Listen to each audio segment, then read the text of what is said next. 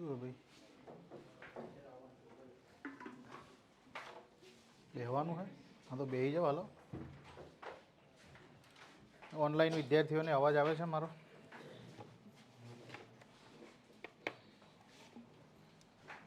Good morning ભાઈ.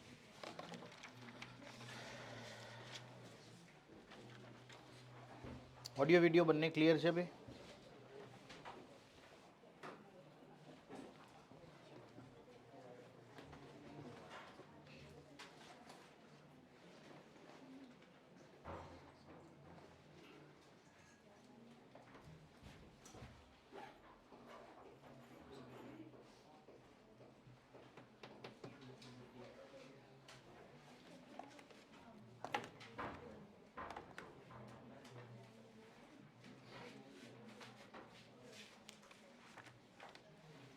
ચાલો,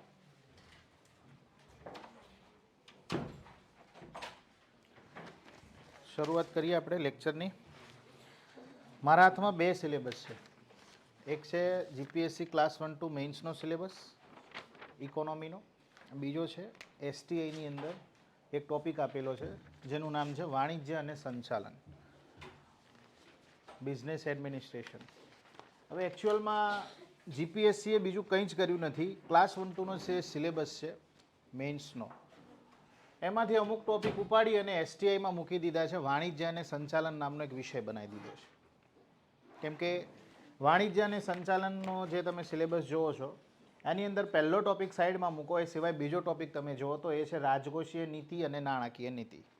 જે આપણે ક્લાસ 1-2ની અંદર બેન્કિંગમાં અને ફિસ્કલ પોલિસી આપણે જે ભણ્યા છે એ વસ્તુ ઇકોનોમીની અંદર ઓલરેડી ભણવાની જ છે. એટલે વાણિજ્ય અને સંચાલનમાં અલગથી ભણવાની જરૂર નથી. ટોપિક બંને કેવા છે? સેમ જ છે. ક્લાસ 1-2ના મેઇન્સના સિલેબસમાંથી શું કર્યો છે? ટોપિકને ઉપાડી અને એસટીઆઈમાં વાણિજ્ય અને સંચાલન નામના સિલેબસમાં મૂકી દીધો છે. એઝ ઇટ ઇઝ ત્રીજા નંબરનો તમે ટોપિક જુઓ તો અંદાજપત્ર અને તેના પ્રકારો, ભારત સરકારની અને રાજ્યોની એકત્રિત નિધિ, આર્ટિકલ 266 ભણ્યા છીએ આપણે પીટીમાં.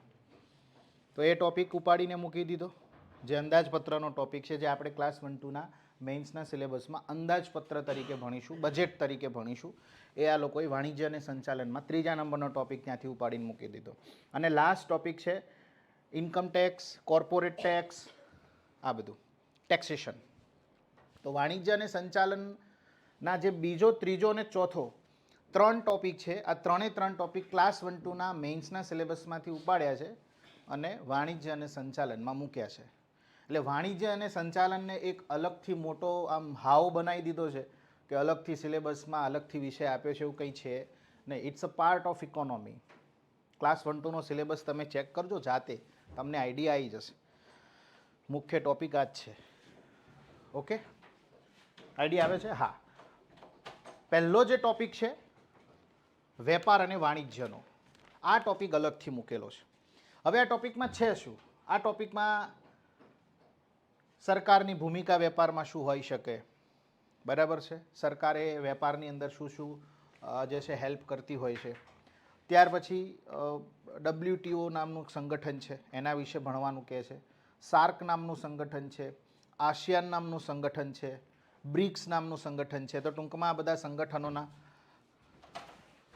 ભાઈ સમયસર આવી જાઓ, આ બધા સંગઠનો જે છે, આ બધા સંગઠનો વિશે આપણે ભણવાનું છે. ઓકે, હવે આના કાર્યો શું છે, સંગઠનોનું કામ શું છે, આ બધું આપણે ભણવાનું હોય. બોલો, ડન છે? એટલે વાણિજ્ય અને સંચાલનમાં એક જ ટોપિક એવો છે જે કેવો છે, થોડોક અલગ છે. બાકી બીજા બધા ટોપિક એ ક્લાસ 1-2 મેઇન્સનો સિલેબસ આપણે ભણીએ એટલે એની અંદર આવી જ જાય. ઓકે, આપણી ભણવાની પેટર્ન કયા પ્રકારની હશે મેઇન્સની અંદર? તમે મારી ગણી લો કે બધી ફેકલ્ટીની ગણી લો. ક્વેશ્ચન આન્સર ફોર્મમાં આપણે ભણીશું કે પ્રશ્ન આવો પૂછાય તો એમાં શું લખવું જોઈએ. અને મેઇન્સની અલગથી નોટ્સ બનાવવાની દરેક વિષયની.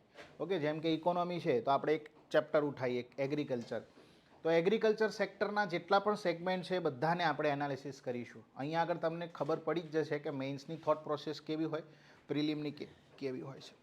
આઈડિયા આવે છે? ઓકે, ચાલો તો ક્વેશ્ચન આન્સર ફોર્મમાં આપણે ભણવાની શરૂઆત કરીએ. શરૂઆતમાં બિલકુલ ધીમે ધીમે ભણીશું અને હું તમને બધા જ પોઈન્ટ લખાઈશ. એક એક પોઈન્ટ હું તમને અંદર લખાઈશ. ઓકે, ચાલો એકદમ ઇઝી ક્વેશ્ચનથી આપણે શરૂઆત કરીએ છીએ. પ્રશ્ન લખીશું. બીજું કે મેન્સની અંદર આપણે જેટલું કરાવીએ એટલું જ કરવાનું. 12 બુક ખરીદવા જશો, 12 બુકો તમે વાંચવા જશો, કોઈ ફરક પડશે નહીં. બધી જ બુકોની અંદર જેને જે મજા આવી છે એને લખ્યું છે. ઓકે, ક્વેશ્ચન લખીશું. ભારતમાં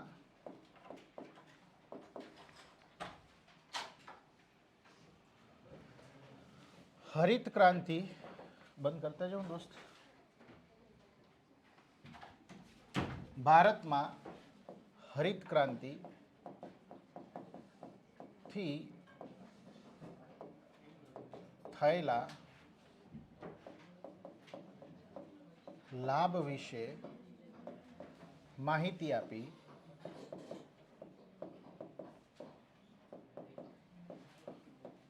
તેનાથી ઉદ્ભવેલ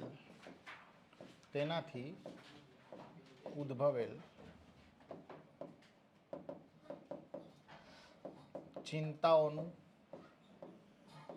વર્ણન કરો. સિમ્પલ, આ તો તમે ભણેલા છો.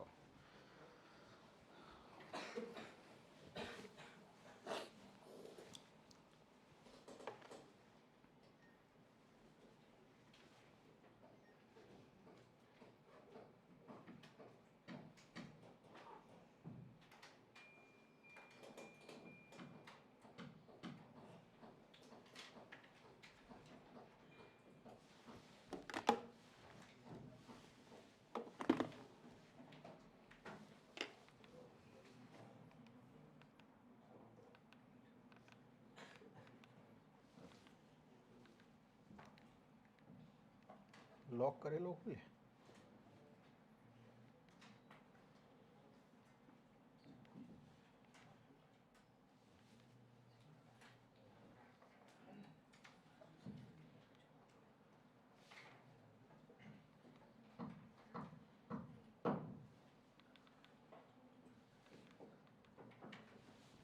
ચાલો આમાં શું લખશું કયો, વિચારો. નિકાસમાં વધારો, પછી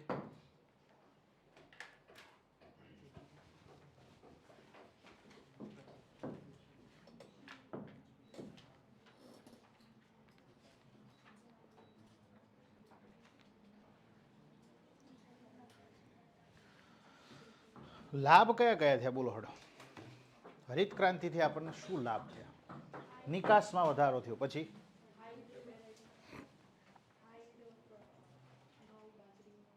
હા પણ એ શું લખવું શું એમ? ભારત ખાદ્યાન્ન ક્ષેત્રે આત્મનિર્ભર બન્યું. Okay, 2 point. પછી સિમ્પલ જ છે, બોલો વિચારો. વિદેશો પરની નિર્ભરતા ઘટી આપણી. અમેરિકાથી ઘઉં લાવતા હતા XYZ, તો આપણી વિદેશો પરની નિર્ભરતા શું થઈ? ઘટી. ઓકે, પછી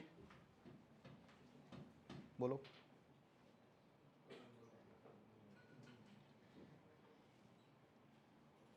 ચલો લાભ સાઈડમાં મૂકો. ચિંતાઓ કઈ કઈ ઊભી થઈ છે? પડકારો કયા ઊભા થયા છે?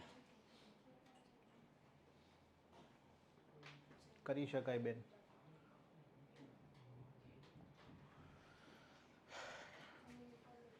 હા, જમીનની ફળદ્રુપતા ઘટી. કેમ ઘટી? તો રાસાયણિક ખાતરોનો ઉપયોગ વધી ગયો, પોઈન્ટ નંબર 1. અને બીજું કે આ ક્રાંતિ છે એ ચોખા અને ઘઉંમાં સફળ ગઈ છે. એટલે લોકો ચોખા ને ઘઉં, ચોખા ને ઘઉં, ચોખા ને ઘઉં, મોનોક્રોપિંગને જ પ્રોત્સાહન આપ્યું. લોકો એ જ વાવણી કરી. હવે એકના એક પાક ખેતરમાં વાવણી થશે તો શું થશે? ફળદ્રુપતા ઘટશે. ઓકે, જમીનની ફળદ્રુપતા ઘટી. પછી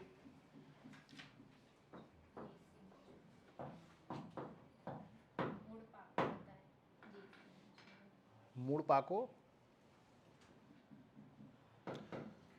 ખાતર વધારે ઉપયોગ કર્યો છે તો ખાતર અલ્ટિમેટલી છે શું? ઝેર જ છે ને એક પ્રકારનો, હે ને? તો આપણી જે ફૂડ ચેન છે એમાં ટોક્સિક લેવલમાં વધારો થયો છે. ઝેરીપણું વધ્યું છે. જો કેન્સરના કેસીસ કેટલા વધી ગયા છે day by day.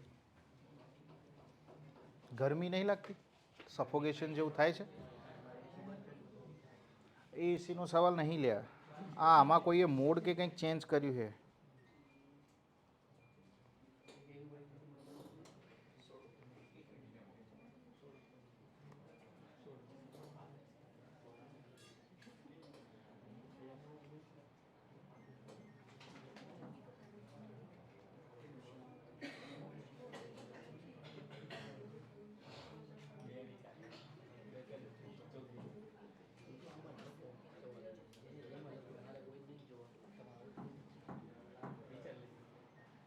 વાડ્યો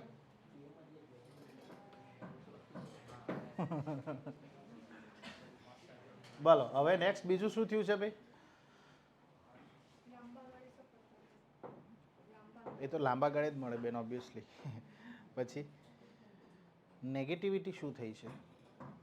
toxic level વધ્યું. બીજું આપણે બહારથી જે પાક લાયા, મેક્સિકોની લેબમાંથી નોર્મન બોરલોગ દ્વારા વિકસાવેલું જે બીજ લાયા, એ બીજ એ આપણા ટ્રેડિશનલ બીજ કરતાં વધારે પાણી એબ્ઝોર્બ કરતું હતું. પાણીનું શોષણ કેવું કરતું હતું? વધારે.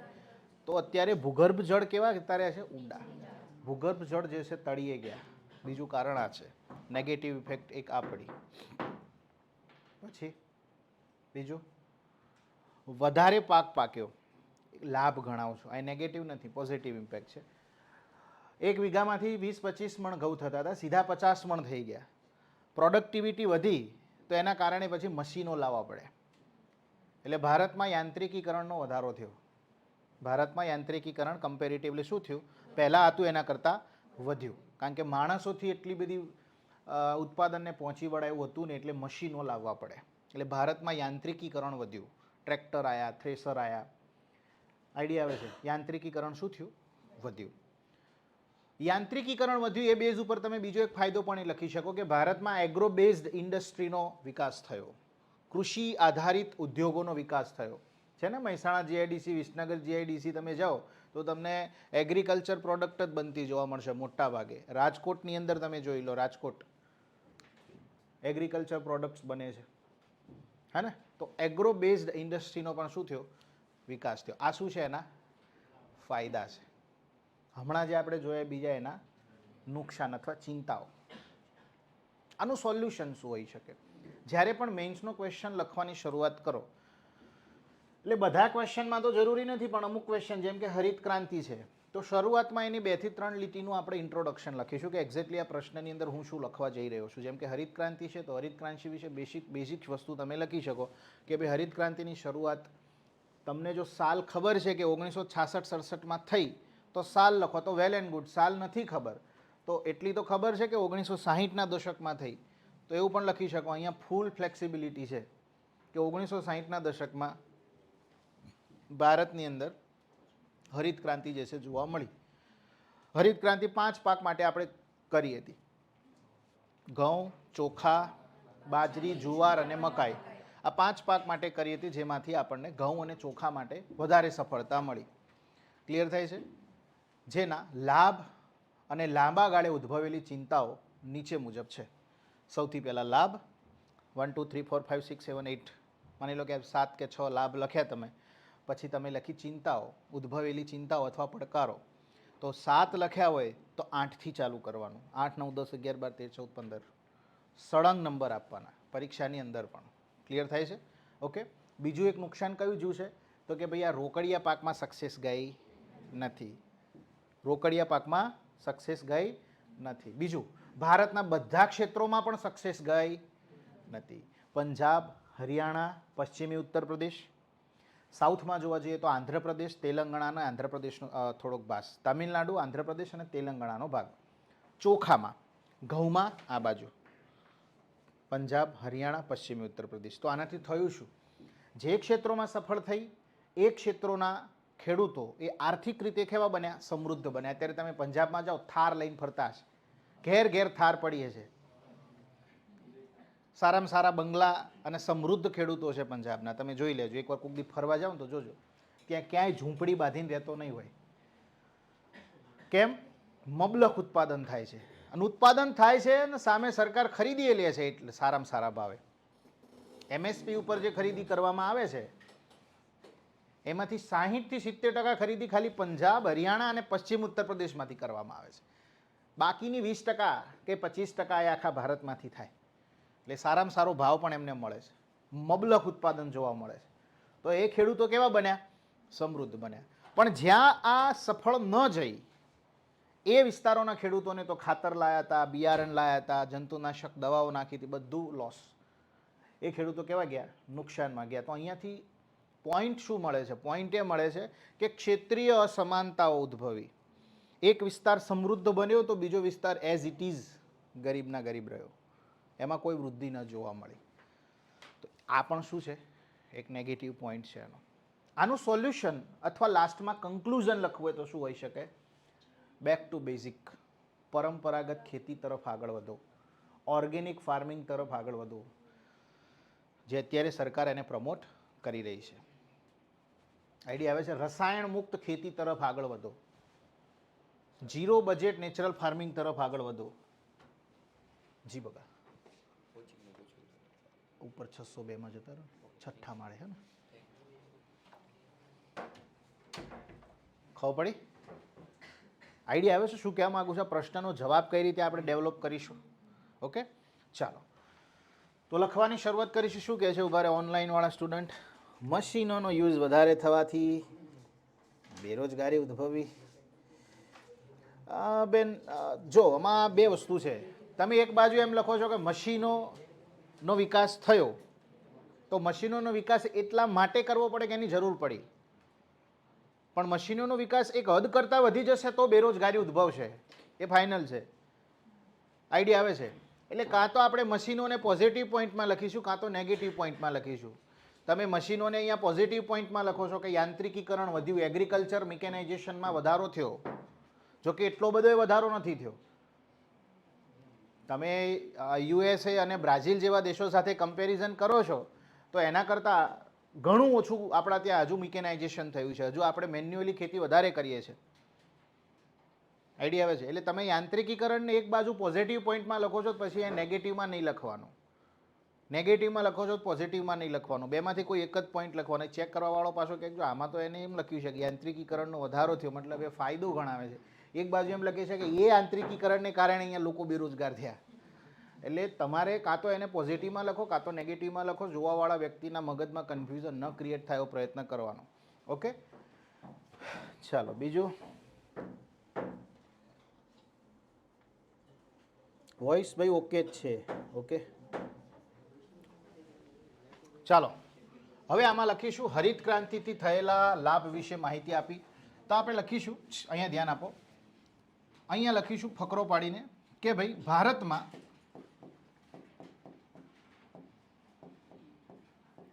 વર્ષ 1966-67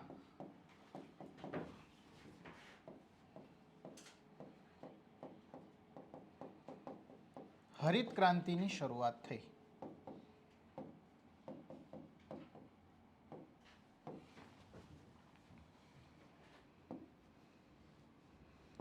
જે કુલ 5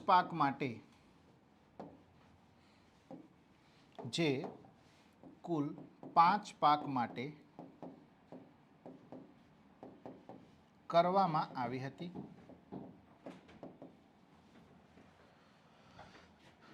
કૌંસમાં લખીશું ઘઉં, ચોખા, બાજરી,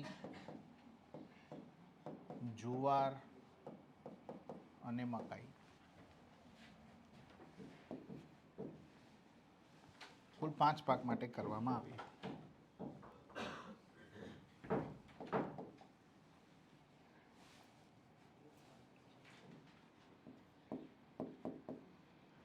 લાંબા ગાળે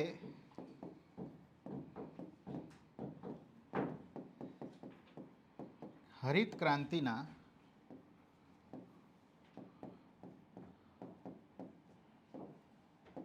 ઘણા લાભ જોવા મળ્યા તો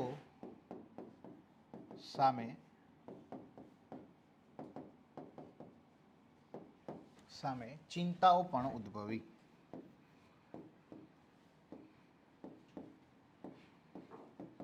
જે નિમ્નલિખિત છે અથવા નીચે પ્રમાણે છે.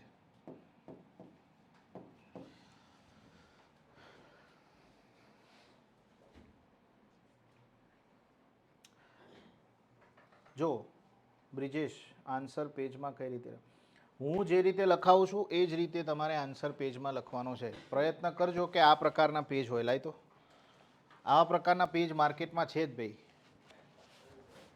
બે લાઈનો ઊભી હોય અને વચ્ચે તમને થોડીક જગ્યા આપેલી હોય. આ બે બાજુમાં સ્પેસ છે શેના માટે છે કે ભાઈ ભવિષ્યમાં આપણે લખી રહ્યા હોય અથવા આપણે રિવિઝન કરી રહ્યા હોય અને આપણને કંઈક વેલ્યુ એડિશન કરવાની ઈચ્છા થાય છે કે આ સાહેબે 7 પોઈન્ટ લખાયા છે, મારે હજુ 8મો પોઈન્ટ અહીંયા કંઈક લખી શકું, અથવા આપણે કરંટમાં કંઈક વાંચ્યું હોય અને આ સંબંધિત કોઈ યોજના, કોઈ ફેક્ટ, કોઈ ડેટા તમને યાદ આવે છે, તો આ જે કૌંસ છોડ્યો છે અહીંયા તમે નાના અક્ષરે લખી શકો. એટલે આ પ્રકારનું જો નોટ્સ તમને મળે છે અને પરીક્ષામાં સેમ ટુ સેમ આ જ હશે એઝ ઇટ ઇઝ. મેન્સની અંદર પીએસઆઈની આપો, ક્લાસ 1 2ની આપો, એસટીઆઈની આપો કે ડીવાયએસઓની આપો, તમને આ જ પ્રકારનું પેજ મળશે. ઇવન સીસીની આપો. બોલો ખબર પડે છે શું કહેવા માગું છું?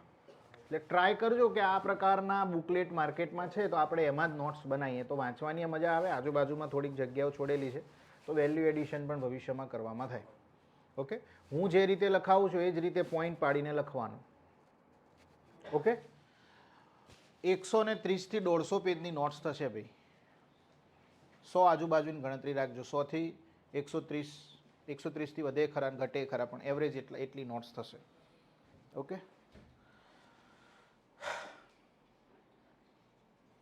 વોઇસ મને તો ધીમો નથી રાખતો દોસ્ત. વોઇસ તો હવે હું જે બોલું છું એ જ છે. વોઇસમાં તો હું શું કરું કયો? તમે અવાજ વધારી દો ઇયરફોનમાં. પ્રિયમ,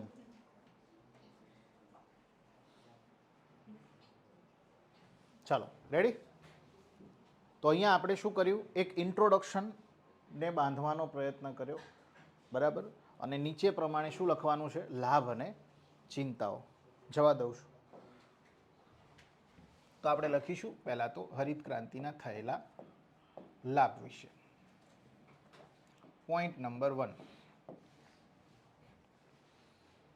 પહેલો તો લાભ એ થયો કે ભારત એ ખાદ્યાન્ન ક્ષેત્રમાં આત્મનિર્ભર બન્યો. થયો ને? ઓકે, તો પહેલો લાભ તો આપણને એ થયો કે ભારત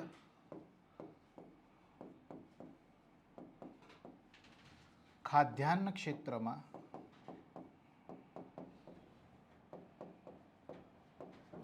આત્મનિર્ભર બન્યો.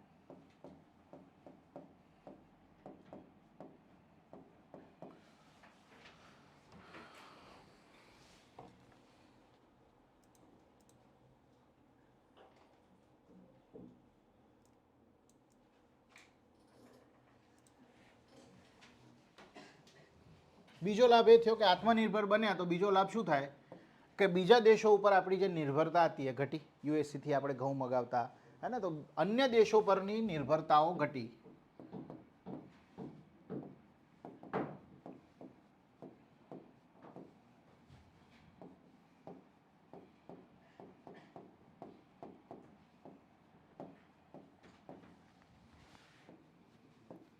ત્રીજો પોઈન્ટ શું થયો, કૃષિ યાંત્રિકીકરણમાં વધારો થયો. એગ્રીકલ્ચર મિકેનાઇઝેશનમાં શું થયો, વધારો થયો.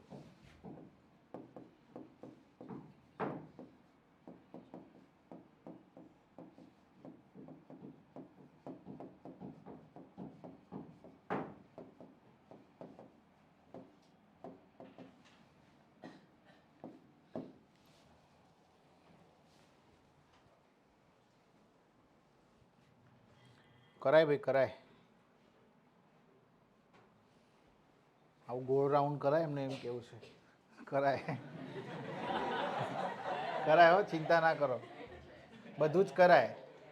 ખાલી એક વસ્તુ નહીં કરવાનું કે અહીંયા જેમ 2-3 પેનો લઈને તમે લખતા હોય એવું પરીક્ષામાં 2-3 પેનો લઈને નહીં જવાનું. એક જ લઈને જવાનું, કાં તો બ્લેક કાં તો બ્લુ. જેલ પેન લઈ જશો તોય ચાલશે, એમાં કોઈ પાબંદી નથી જેલ પેનથી ન લખાય. ખાલી જેલ પેનથી લખતા લખતા લાઇટ જાય તો પરસેવાનું ટીપું ના પડે એટલું ધ્યાન રાખજો. નહીં તો મસ્ત કન્ટેન્ટ લખ્યું છે ને 1-2 ટીપા પડે ને એટલે આખું બધું ફેલાઈ જશે એટલામાં.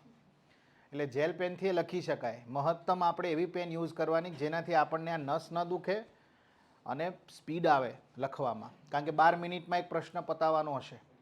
એટલે પેન તમે કોઈ બી યુઝ કરી શકો, કારણ કે તમે લાલ પેન લઈ જશો, બ્લુ પેન લઈ જશો, કાળી પેન લઈ જશો, ત્યાં પેપર સ્કેન જ થવાનું છે, કલર કાળો જ થઈ જવાનો છે. પેપર સ્કેન થાય એટલે પેપર તો કેવું થવાનું છે, એને ખબર જ નથી તમે શેનાથ લખ્યું છે. એટલે પેપર તો સ્કેન થશે એટલે કે પેપરનો કલર કાળો થઈ જશે, સ્કેન થઈને ડિજિટલી તમારા પેપર ચેક થાય છે. એટલે પેનો મલ્ટિપલ લઈ જવાનો કોઈ મતલબ નથી. અને લઈ ગયા ને તો એટલું યાદ રાખજો, પાછલા 2 પ્રશ્નો છૂટી જાય. લખો એટલો ટાઈમ જ નહીં હોય, તમે પેન ચેન્જ કરો હાથમાંથી, આમ લો. પાણી પીવાનો ટાઈમ ન થતો 3-3 કલાક સુધી. ઓકે, કૃષિ યાંત્રિકીકરણમાં વધારો થયો. એના કારણે શું થયું, તો ભારતમાં જો આ રીતે તમારે કીવર્ડ લખવું હોય, એગ્રો બેઝડ ઇન્ડસ્ટ્રી, તો પણ લખી શકો. એગ્રો બેઝડ ઇન્ડસ્ટ્રી ગુજરાતીમાં લખવું હોય તો પણ લખાય. કૃષિ આધારિત ઉદ્યોગો, કૃષિ આધારિત ઉદ્યોગો નો વિકાસ થયો. 5મું,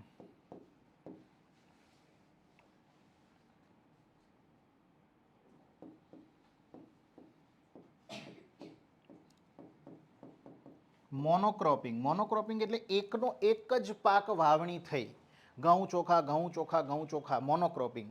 આના કારણે શું થયું, જમીનની ફળદ્રુપતા લાંબા ગાળે ઘટી. ઓકે, મોનોક્રોપિંગના કારણે લાંબા ગાળે, ગુજરાતીમાં લખવું હોય મોનોક્રોપિંગને કહેવાય એકલ પાક, એકલ પાક વાવણી. હા, લાભ કઈ રીતે થાય?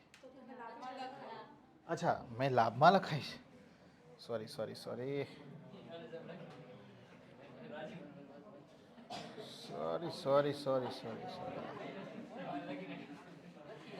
ના, લાભ નથી, એ તો નુકસાન છે ભાઈ. એગ્રો બેઝ ઇન્ડસ્ટ્રીનો વિકાસ થયો. લખો 5મો. કયો મુદ્દો છે? 5મો મુદ્દો. 5મો મુદ્દો લખો, એગ્રીકલ્ચર એક્સપોર્ટમાં વધારો થયો. લાસ્ટ ઇકોનોમિક સર્વે હતો એવું કહે છે કે ભારતે છેલ્લા 7 વર્ષથી સતત એગ્રીકલ્ચર એક્સપોર્ટમાં સરપ્લસ છે. એટલે આયાત કરતાં આપણે નિકાસ કેવી કરી રહ્યા છે, વધારે. એગ્રીકલ્ચરની વાત છે ઓનલી, સ્પેસિફિકલી. ઓકે, તો ભારતની કૃષિ નિકાસમાં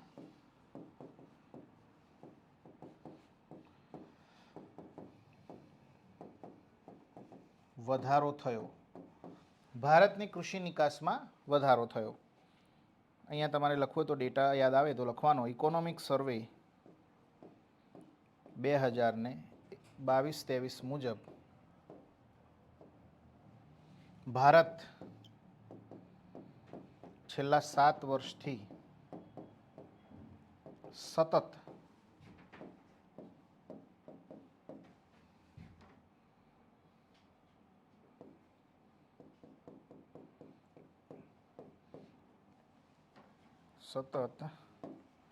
એગ્રીકલ્ચર એક્સપોર્ટમાં, કૃષિ નિકાસમાં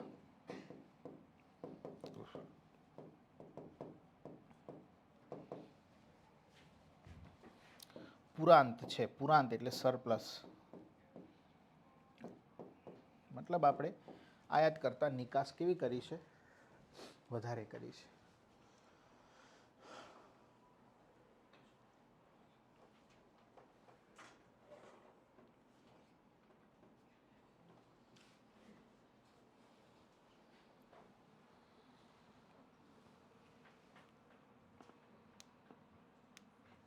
બોલો, રેડી?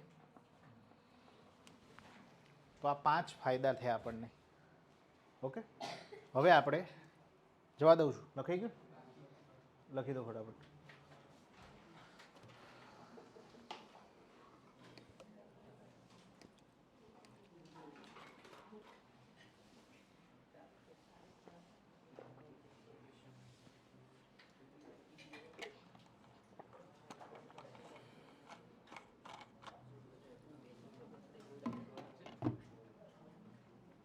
લખાઈ ગયું?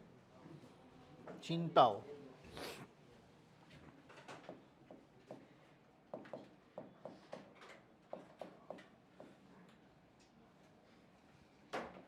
પહેલો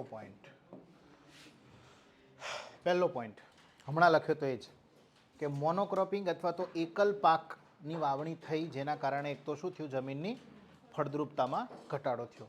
પોઈન્ટ નંબર 1, મોનોક્રોપિંગ આવું લખો તો પણ ચાલશે, અને ગુજરાતીમાં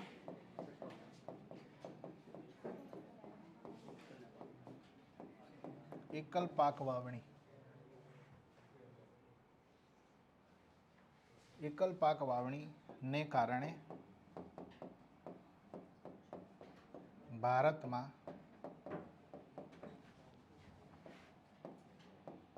જમીનની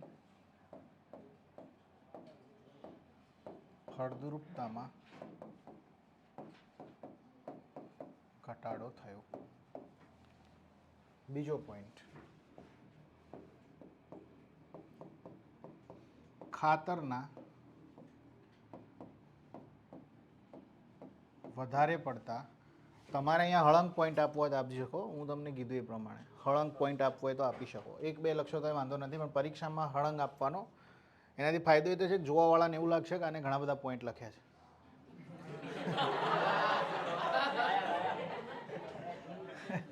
ખાતરના વધારે પડતા ઉપયોગને કારણે, કારણ કે એ બધા શું છે, એ બધા છેલ્લે જોતા હોય કે 19 પોઈન્ટ શું વાત કરો છો, આપો 8 માર્ક. પણ એ ખબર નથી કે છેલ્લેથી પહેલા સુધી ભાઈએ કનેક્ટ કર્યું છે. પેલું તમે 5 પોઈન્ટ લખ્યા લાભ, 5 પોઈન્ટ પડકારો, 5 પોઈન્ટ તમે લખ્યા હોય ઉપાયો કે હવે શું કરવું જોઈએ. તમે લખ્યા 15 પોઈન્ટ, પેલો ચેક કરતો હોય, ચા પીધે જતો હોય, આજુબાજુ વાતો કરે જતો હોય, અને છેલ્લે જોવે 5 પોઈન્ટ, આપો 5.5 માર્ક. મેન્ટાલિટી આવી છે, મેં ખુદ મેઝર કર્યું છે, એટલા માટે કહું છું. સળંગ નંબર આપવાના, 1 નંબરથી સીધો 17, તો 17મો છેલ્લો એને દેખાવું જોઈએ 17 પોઈન્ટ લખ્યા છે ટોટલ. ઓકે. ખાતરના વધારે પડતા ઉપયોગને કારણે ફૂડ ચેન, એટલે એને આપણે ફૂડ ચેન, ખાદ્ય શૃંખલા, ગુજરાતીમાં એને લખીશું ખાદ્ય શૃંખલા, અને ઇંગ્લિશમાં ફૂડ ચેન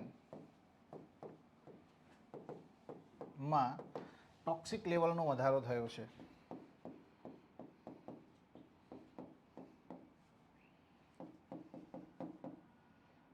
ઝેરીપણાનો વધારો થયો છે.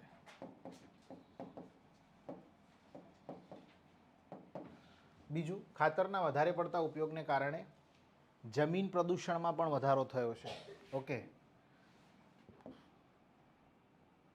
ખાતર, જંતુનાશક દવાઓ,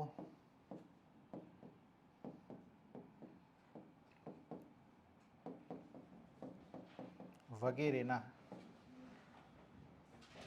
આ ત્રીજો પોઈન્ટ લખવો હોય તો એ લખી શકો, ઓકે, અલગથી, વગેરેના વધારે ઉપયોગથી જમીન પ્રદૂષણ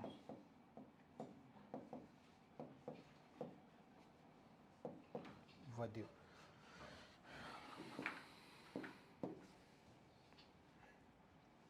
હરિત ક્રાંતિ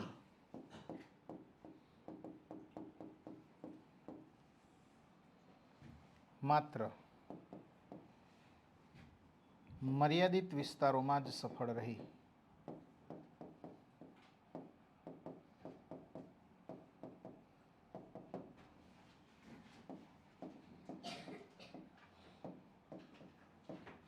પરિણામે ભારતમાં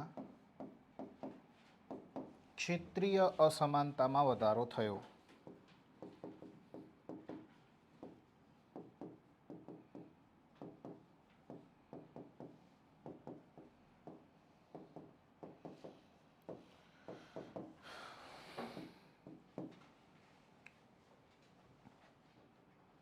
બાજરી, મકાઈ, જુવાર અને સરકારે પાછળથી રોકડિયા પાક માટે પણ પ્રયત્નો કર્યા હતા, પણ એ નિષ્ફળ રહી. ઓકે, અને અન્ય રોકડિયા પાકમાં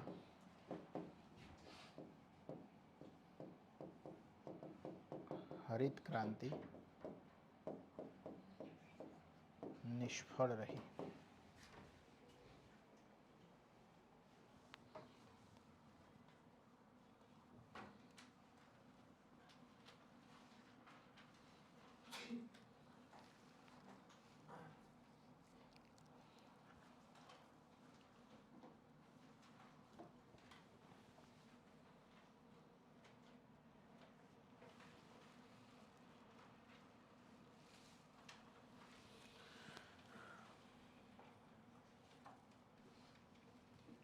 લખ્યું? છઠ્ઠો પોઈન્ટ. હવે ખાતર નાખવું પડ્યું વધારે. પહેલાં તો ગાયનું છાણ નાખતા તો પણ ઘઉં ઉગી જતા. મેક્સિકોથી બીજ લાયા છો તો ભારતની આબોહવાની અંદર અનુકૂળ રહે અને ન પણ રહે. નવા નવા રોગનો પણ અને શું કરવો પડે? અનુભવ કરવો પડે. તો એના માટે જંતુનાશક દવાઓ પણ નાખવી પડી, ખાતર નાખવું પડ્યું, મોંઘું બિયારણ લાવવું પડ્યું. પાણી પણ કેવું છે, જરૂરિયાત કરતાં વધારે એબ્ઝોર્બ કરે છે, તો પાણીનો ખર્ચો પણ વધ્યો. અલ્ટિમેટલી ખેડૂતનો ઇનપુટ કોસ્ટ વધ્યો. શું થયો? હે ને? પહેલાં જે રીતે એને પાણી ઓછું આપવું પડતું, ખાતર ગાયનું છાણ પણ ચાલી જતું, જંતુનાશક દવાઓની એટલી જરૂર નહોતી પડતી અને પાક ઉગી જતો હતો. તો અહીંયા ઇનપુટ કોસ્ટમાં શું થયો? વધારો થયો. જ્યારે પણ કોઈ ફેક્ટરી હોય કે એગ્રીકલ્ચર હોય, ઇનપુટ કોસ્ટ વધે છે એટલે ઓબ્વિયસલી આઉટપુટ એટલે કે જે મળી રહ્યો છે આઉટપુટ, એ એગ્રીકલ્ચર પ્રોડક્ટ હોય કે ફેક્ટરીની કોઈ બી પ્રોડક્ટ હોય, હંમેશા શું બને છે? મોંઘી બને છે. બરાબર? તો ખાતર, બિયારણ, સિંચાઈ, જંતુનાશક દવાઓના વધારે ખર્ચના કારણે ખેડૂતનો ઇનપુટ કોસ્ટ વધ્યો. પરિણામે કૃષિ પેદાશો મોંઘી બની. એગ્રીકલ્ચર પ્રોડક્ટ્સ કેવી બની? મોંઘી બની. પોઈન્ટ નંબર 6, છઠ્ઠો પોઈન્ટ. ખાલી ઇનપુટ કોસ્ટ વધે એટલું લખશો તો પણ ચાલશે. હા, ખાતર,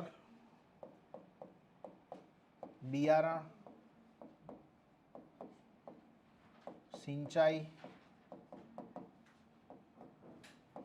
પેસ્ટિસાઇડ અથવા જંતુનાશક દવાઓ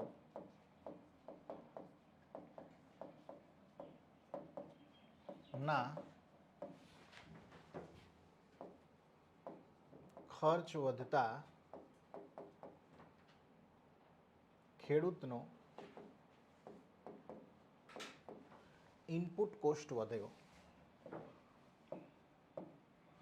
ઇનપુટ ખર્ચમાં વધારો થયો.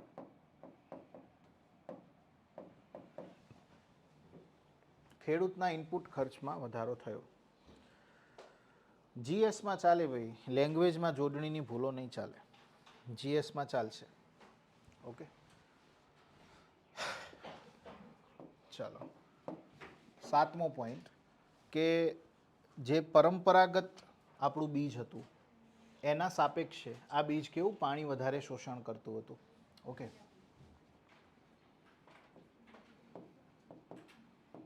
પરંપરાગત બિયારણની સાપેક્ષે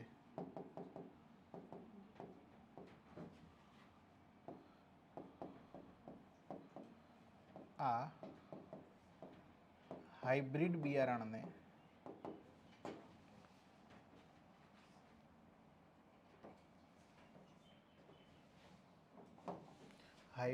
બિયારણને વધારે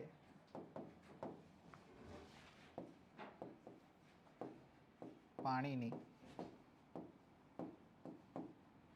જરૂરિયાત રહેતી હોવાથી લાંબા ગાળે ભૂગર્ભ જળમાં ઘટાડો જોવા મળ્યો.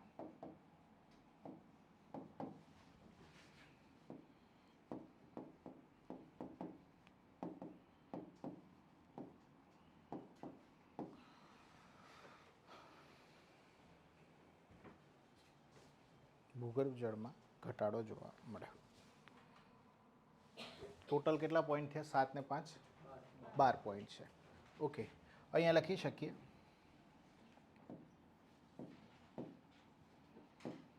ઉપરયુક્ત ચિંતાઓના સમાધાન માટે સરકારે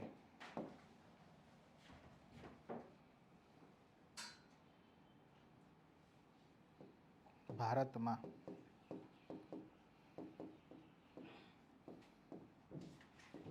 ઝીરો બજેટ નેચરલ ફાર્મિંગ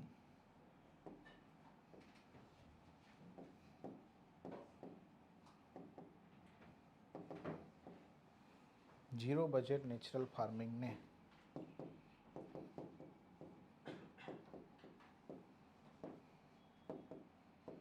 પ્રોત્સાહન આપવું જોઈએ.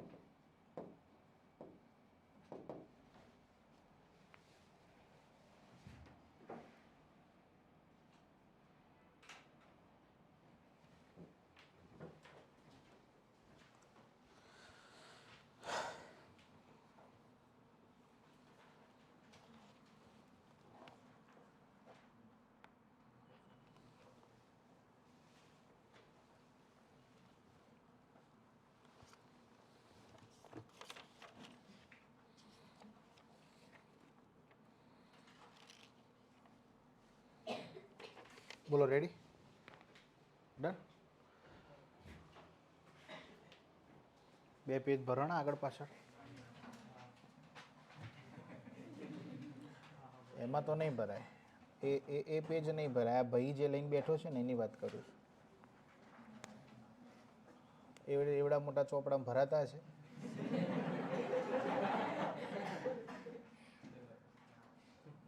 ઓકે, તમારે એટલા જ ભરવાના છે. હવે છે એટલા જ, બે પેજ આગળ પાછળ. ચાલો, રેડી? વધીએ નેક્સ્ટ આગળ ક્વેશ્ચન ઉપર.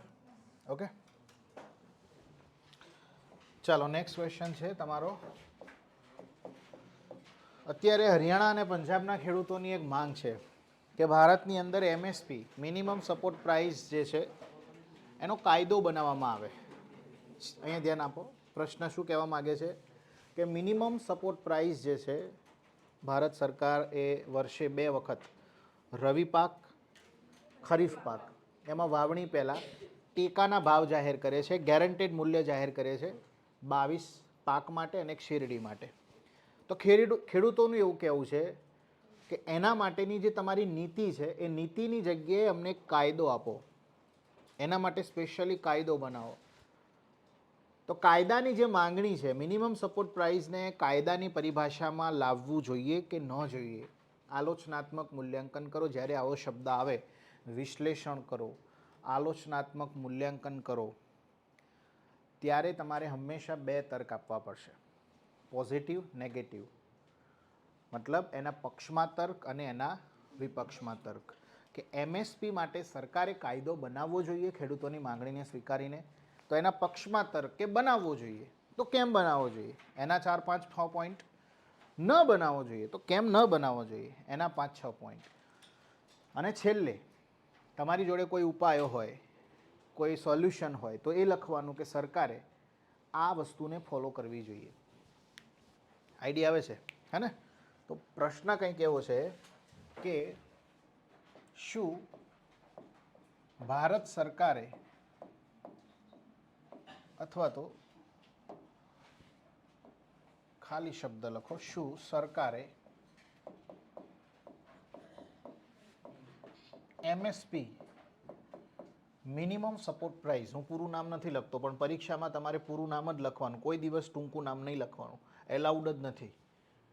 ઓકે, આમ રાઉન્ડ કરશે ગોળ, એને ખબર હશે તો એ કરશે. MSPનો અર્થ આવો થાય, પૂરું નામ જ લખવાનું. ઓકે, શું સરકારે MSPને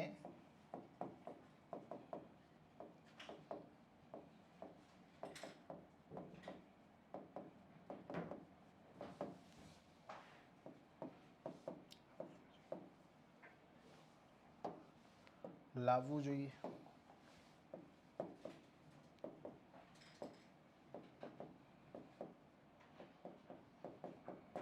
આલોચનાત્મક મૂલ્યાંકન કરો.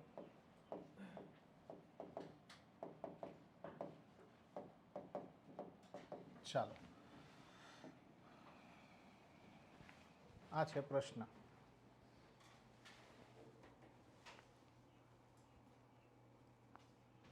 તીર નહીં કરવાના ભાઈ, નંબર જ આલવાના.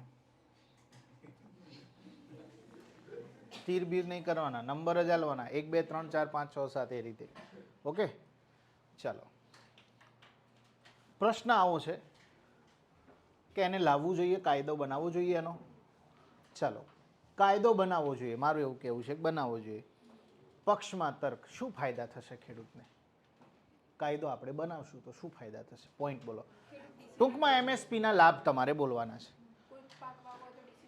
ચાલો, પાકની વાવણી પહેલાં એમએસપીના ભાવ જાહેર થાય છે.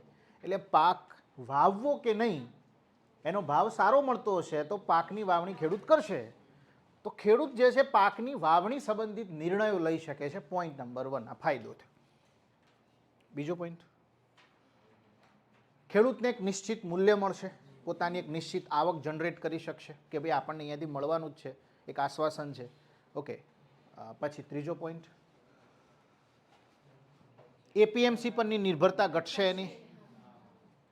ત્રીજો પોઈન્ટ. ચોથો, એપીએમસી પરથી નિર્ભરતા ઘટે છે એટલે પાંચમો પોઈન્ટ તમે ચોથો પોઈન્ટ એ પણ લખી શકો, વચેટિયાઓથી મુક્તિ મળશે. ખેડૂત જે એપીએમસીમાં આપવા જાય તો વચેટિયાઓ એની હરાજી કરે, એમાં ફ્રેટ ચાર્જ ને આ ચાર્જ ને બધા ચાર્જ લાગતા હોય છે, કોઈ ચાર્જ નહીં આપવાનો રહે. અલગ અલગ પ્રકારના ચાર્જથી મુક્તિ મળશે, વચેટિયાઓથી મુક્તિ મળશે. આ એના ફાયદા છે. હા ને? પછી કાયદો ન બનાવવો જોઈએ. કેમ ન બનાવવો જોઈએ?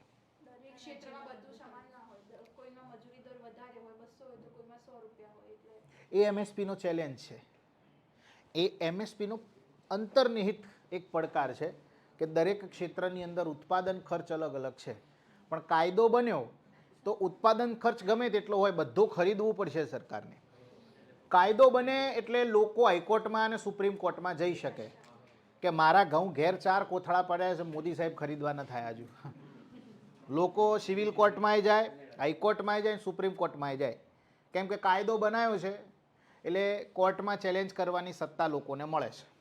ક્લિયર થાય છે? પોલિસી, આ નીતિ છે અત્યારે, પોલિસી એ બાઇન્ડિંગ નથી, ફરજિયાત નથી. એ સરકાર પર કોઈ પ્રેશર ક્રિએટ નહીં કરી શકે. એટલે કાયદો બનાવ્યો તો ઉત્પાદન ખર્ચ એ તમને એવું પૂછાય કે એમએસપીના કયા કયા ચેલેન્જીસ છે, તો એમાં તમે એ લખી શકો. એક આ ચેલેન્જીસ છે કે કેન્દ્ર સરકારે જાહેર કરી દે કે ઘઉંના 500 રૂપિયા એક મણના, એક મણ એટલે 20 કિલો. તમિલનાડુમાં ઉત્પાદન ખર્ચ અલગ છે, ગુજરાતમાં અલગ છે. તમિલનાડુની અંદર 1 વીઘામાં ખેડવાનો ભાવ 200 રૂપિયા હોય, ગુજરાતમાં 300 રૂપિયા હોય, હરિયાણામાં 400 રૂપિયા હોય. તો તમે ઉત્પાદન ખર્ચ જે છે બધા રાજ્યોમાં કેવો છે? અલગ અલગ છે. તમિલનાડુમાં બિયારણનો ભાવ અલગ હોય, ગુજરાતમાં અલગ હોય, હરિયાણામાં અલગ હોય. તો તમિલનાડુની અંદર જો ચોખા પાકે છે, ગુજરાતના ચરોતર વિસ્તારમાં ચોખા પાકે છે અને ઉત્તર ભારતમાં ક્યાંક ચોખા પાકે છે, તો ત્રણેયની ચોખાની કમ્પેરિઝન તમે કરો, 1 વીઘામાંથી પાકતા ચોખા, 1 મણ ચોખા, તો દરેકનો ઉત્પાદન ખર્ચ અલગ અલગ હશે. કેમ કે દરેકના ઇનપુટ કોસ્ટ અલગ અલગ છે. તો આ એમએસપીનો અંતર્નિહિત ચેલેન્જ છે. હું કાયદાની વાત કરું તો કાયદામાં એક તો સરકારે આખા ભારત, અત્યારે હાલની તારીખમાં અશોક દલવાઈ સમિતિ એવું કહે છે કે ભારત જે છે, ભારત સરકાર જે છે એ માત્ર 6% ખેડૂતો પાસેથી એમએસપીના ધોરણે શું ખરીદે છે? ખાદ્યાન્ન ખરીદે છે. માત્ર 6%. જો 6% ખેડૂતો પાસેથી જ આટલું ખાદ્યાન્ન ખરીદતા હોય તોય હળી જાય છે, તો બાકીના 94% જો આમાં એન્ટર થશે તો ક્યાં મૂકશો? પ્રશ્ન છે કે નહીં? એટલે સરકાર પહેલાં તો કાયદો બનાવશે ને. જો કાયદો બનાવશે તો આખા ભારતના બધા ખેડૂતો પાસેથી ખાદ્યાન્ન ખરીદવું પડશે. એટલે ભારત સરકાર પાસે એટલી ઇન્ફ્રાસ્ટ્રક્ચરલ સ્ટોરેજ ફેસિલિટી નથી તે એટલું બધું ખાદ્યાન્ન લઈ અને મૂકી શકે. એટલે એક તો વેસ્ટ થશે અનાજનો. બીજું, એટલું બધું ખાદ્યાન્ન ખરીદવા માટે જે સબસિડી આપવી પડશે, ફૂડ સબસિડી આપણે જોયું હતું અગાઉ, સબસિડી આપવી પડશે ખેડૂતોને, તો રાજકોષીય ખાધમાં શું થશે? સરકારે દેવું કરવું પડશે.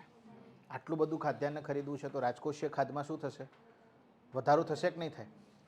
પછી સરકાર અત્યારે તમે જો બજેટમાં તો સૌથી વધુ ઘઉં અને ચોખા ખરીદવા માટે જ પ્રોત્સાહિત કરે છે ખેડૂતોને. આ જેટલા બી 23 પાક જાહેર કરે છે સરકાર, એમાંથી ઘઉં અને ચોખા વધારે ખરીદે છે. તો ખેડૂતો પણ ઘઉં ને ચોખા જ વધારે વાવવા પ્રોત્સાહિત થાય છે. ત્યારે જો ભારતમાં સૌથી વધુ ઉત્પાદિત થતો પાક કયો? ઘઉં. બીજા નંબરે ચોખા. તો મોનોક્રોપિંગને પણ આ પોલિસી છે ને પ્રોત્સાહન આપે છે. તે લાંબા ગાળે શું થશે? જમીનની ફળદ્રુપતા હાવ ઝીરો થઈ જશે. કે ઘઉં ચોખા ઘઉં ચોખા ઘઉં ચોખા શું થાય છે? પ્રોત્સાહિત થાય છે. હવે ઘઉં અને ચોખા જ ખરીદાય છે. ખેડૂતો કઠોળ વાવતા નથી. કમ્પેરેટિવલી ઓછું વાવે છે, બહુ ઓછું વાવે છે. જે ભારતની અંદર જે ડિમાન્ડ છે વેજીટેરિયન લોકોની, એનો મુખ્ય પ્રોટીનનો સોર્સ કયો છે? કઠોળ. પણ કઠોળ ભારતમાં એટલું નથી ઉગતું, તો આપણે લાવવું પડે છે બહારથી, ઇમ્પોર્ટ કરવું પડે છે. ભારત એ વિશ્વનો સૌથી મોટો દાળ ઇમ્પોર્ટ કરે છે. દાળ બહારથી લાવીએ છીએ. તો એ મોંઘી જ હોવાની. ઓબ્વિયસલી બહારથી લાવો છો તમે તો એ કેવી હોવાની? મોંઘી. એના માટે કીવર્ડ વપરાય છે પ્રોટીન ઇન્ફ્લેશન. પ્રોટીન કેવું થઈ ગયું? મોંઘું થઈ ગયું. તો એક મુદ્દો તમે લખી શકો કે ભારતમાં પ્રોટીન ઇન્ફ્લેશનમાં વધારો થશે. પ્રોટીન મોંઘું થશે. કેમ? અહીંયા ઘઉં ચોખા ખરીદાય છે, ખેડૂતો ઘઉં ચોખા જ વાવે છે, કઠોળ વાવતા નથી. એટલું જેટલું જોવે એટલું ઉત્પાદન થતું નથી. પરિણામે બહારથી લાવવું પડે છે, જે કેવું છે? મોંઘું છે. એટલા માટે કહેવાય છે કે પ્રોટીન ઇન્ફ્લેશન. પ્રોટીન મોંઘું થશે ભારતમાં. ઓકે, તો આ બધા શું છે? એના નુકસાનો છે. એમએસપીનો કાયદો બને તો આટલા આટલા નુકસાનો થઈ શકે. બોલો. બીજું કે સરકાર 23 જ પાક ખરીદે છે. બીજા પાકનું શું? ભારતમાં તો ખાલી 23 પાક જ ઉગે છે એવું તો છે નહીં. બીજા બી ઘણા બધા ઉગે છે. તો બીજા પાકનું શું? એની બી કોઈ જોગવાઈ છે નહીં. તો આ બધા પણ શું છે? પડકારો છે. ઓકે, ચાલો.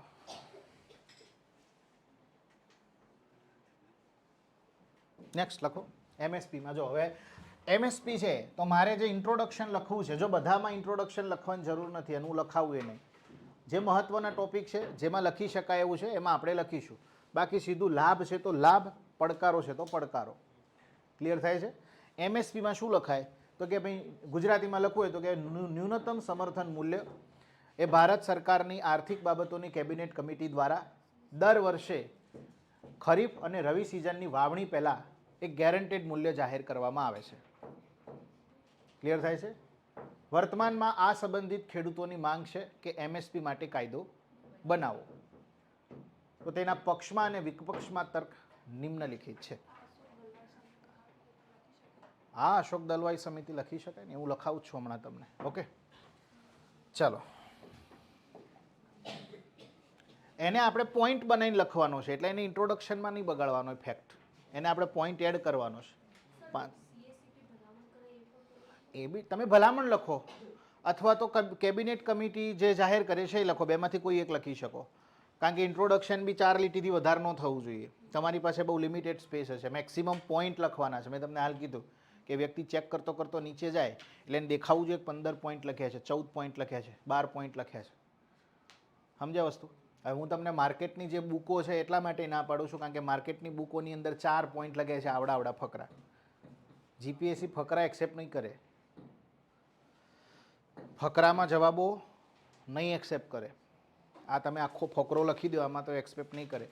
આપણે જે રીતે લખ્યું શોર્ટ એન્ડ સ્વીટ, એક લીટીમાં, બે લીટીની અંદર તમારું જે સેન્ટેન્સ છે 2 થી 3 લીટીમાં પતી જવું જોઈએ. મેક્સિમમ 3 લીટી. હા, એથિક્સમાં આ વસ્તુ શક્ય છે. એથિક્સનો ક્વેશ્ચનનો જવાબ તમે લખતા હોય તો એ ફકરામાં એ બની શકે મોટો થાય, કારણ કે એમાં તમારે મોટા મોટા એક્ઝામ્પલ આપવાના છે. બાકીના વિષયોની અંદર આ રીતે એક લીટીમાં તમારે બે લીટીમાં સેન્ટેન્સ પૂરું કરવું પડશે. ઓકે, તો આના વિશેનો જવાબ લખવાની શરૂઆત કરીએ. એમએસપીને ગુજરાતીમાં લખું છું. ન્યૂનતમ સમર્થન મૂલ્ય. ન્યૂનતમ સમર્થન મૂલ્ય. અત્યારે આપણો 10 દિવસ એક લેક્ચર જ હશે મેઇન્સનો. 10 દિવસ પછી તમારા 4 કલાક મેઇન્સના લેક્ચર સેટ થશે. સવારે 8:30 થી 1. હા, શું થયું? હા, કલાક તો ના ઘટે ને ભાઈ. પરીક્ષા આવશે હમણાં એસટીઆઈની. કલાક તો 4 કલાક જ રહેશે. ન્યૂનતમ ક્યાં જવું છે? કટાડી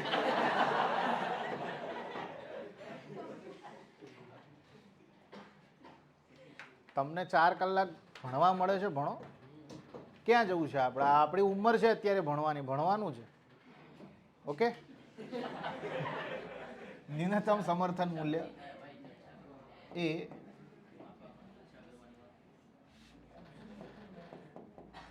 ભારત સરકારની આર્થિક બાબતોની કેબિનેટ કમિટી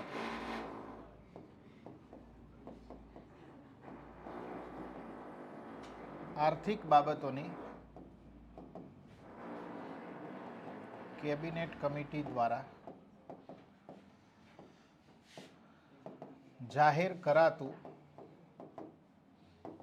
એક ગેરંટેડ મૂલ્ય છે,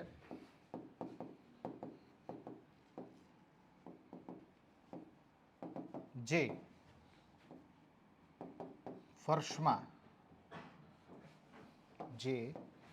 વર્ષમાં ખરીફ અને રવિ સિઝનની વાવણી પહેલા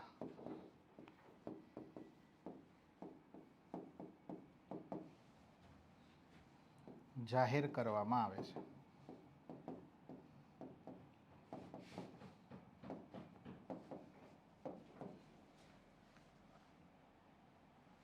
બીજો ફકરો,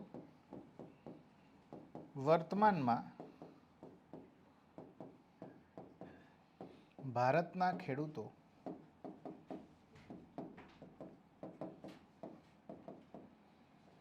એમએસપી સંબંધિત કાયદાની માંગ કરી રહ્યા છે.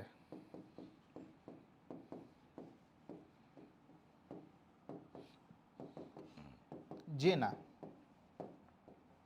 પક્ષ અને વિપક્ષમાં તર્ક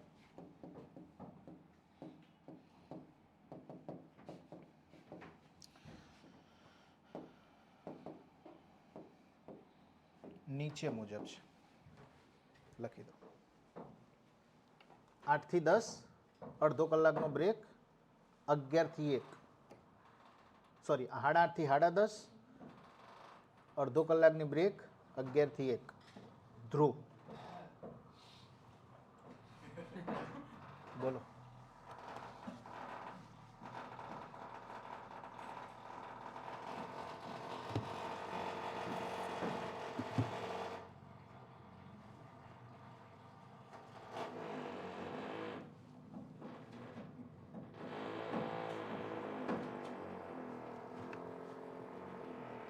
આપણા ગેલેરી ખુલ્લી નહીં ને કઈ?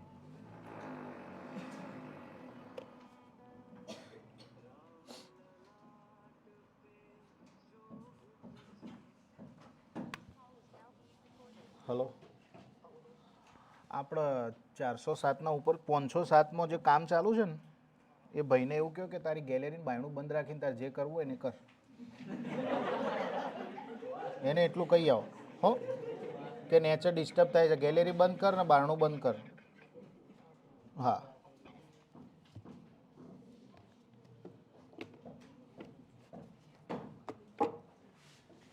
ચાલો રેડી. લખો પક્ષમાં તર્ક.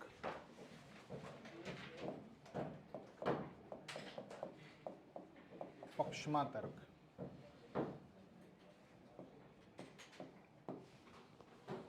ખેડૂતોનો ફાયદો શું થશે?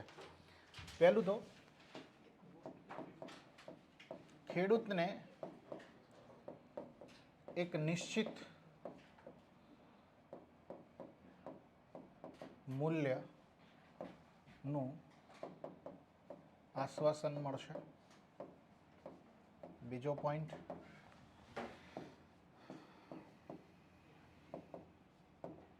ખેડૂતની એપીએમસી પરની નિર્ભરતાઓ ઘટશે. ત્રીજો પોઈન્ટ,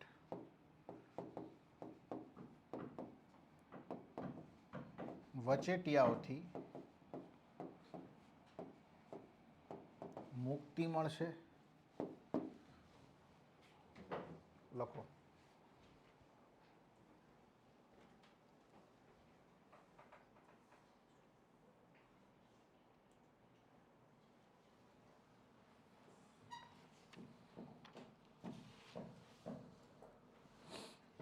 નેક્સ્ટ લખો ચોથો પોઈન્ટ.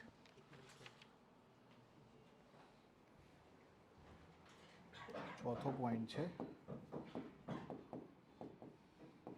ફુગાવાથી સંરક્ષણ. ફુગાવાથી સંરક્ષણ કેમ લખાવું છું તો એમાં લખો કે CACP એ MSPની ભલામણ કરતી વખતે CACP એ MSPની ભલામણ કરતી વખતે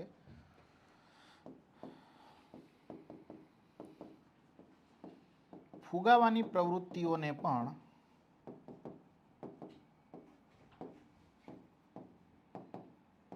ધ્યાનમાં લે છે. એટલે જે ભાવ આપવામાં આવે છે ફુગાવાને ધ્યાનમાં લઈને આપવામાં આવે છે. એટલે ફુગાવાથી પણ ખેડૂતને શું મળશે? સંરક્ષણ મળશે.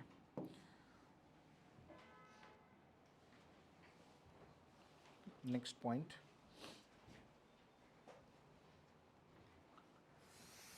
નેક્સ્ટ પોઈન્ટ છે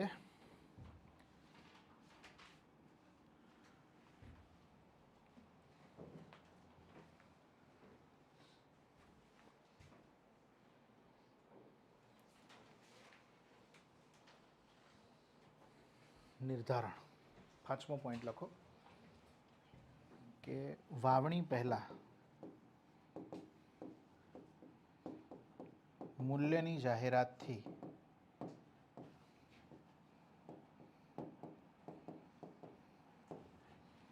ખેડૂત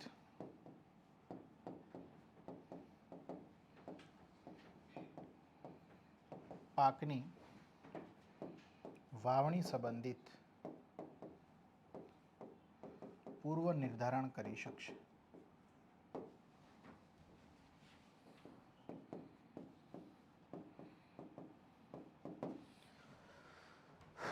પૂર્વ નિર્ધારણ કરી શકશે.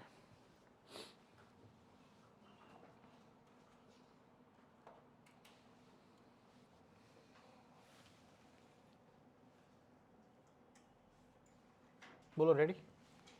મુખ્ય મુદ્દાઓ આટલા છે કે કાયદો બનાવવો જોઈએ. કાયદો ન બનાવવાના તરફેણમાં મુદ્દાઓ કેવા છે? વધારે છે. ઓકે, જવા દો, લખી દો. કાયદો ન બનાવવાના તરફેણમાં હજુ પણ ઘણા મુદ્દાઓ છે. જેમ કે MSPની શરૂઆત થઈ છે ત્યારથી અત્યાર સુધીમાં કોઈ એવી સકારાત્મક ઇમ્પેક્ટ જોવા નથી મળી કે ખેડૂતો વધારે સમૃદ્ધ થઈ ગયા હોય ભારતના. હજુ પણ આત્મહત્યાનો રેશિયો છે એ વધી જ રહ્યો છે. NCRBનો રિપોર્ટ જોઈએ, નેશનલ ક્રાઇમ રેકોર્ડ બ્યુરોનો રિપોર્ટ, તો એમાં છેલ્લા એક દશકમાં 40% આત્મહત્યાઓમાં વધારો થયો છે ખેડૂતોની. તો MSPથી જો એટલો બધો જ ફરક પડી જતો હોત તો ખેડૂતોની આત્મહત્યા ઘટી જવી જોઈએ હતી. એની જગ્યાએ શું થઈ રહ્યું છે? વધી રહી છે. આઈડિયા આવે છે? ઓકે, ચલો જવા દો. લખો વિપક્ષમાં તર્ક.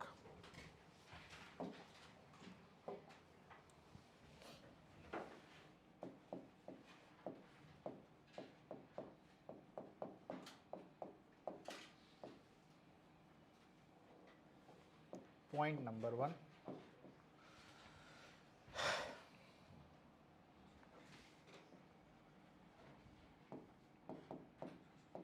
સરકારની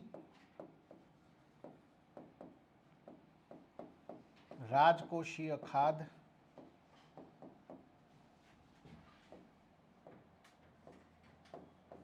વધશે.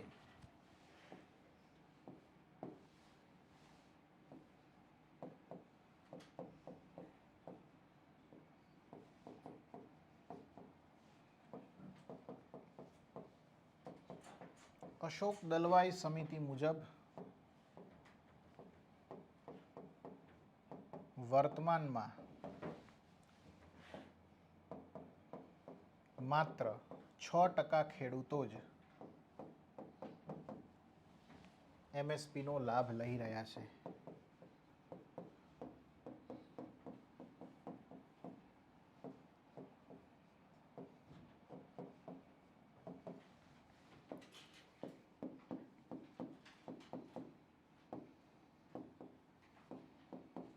તમામ ખેડૂતો પાસે પાક ખરીદ્યા બાદ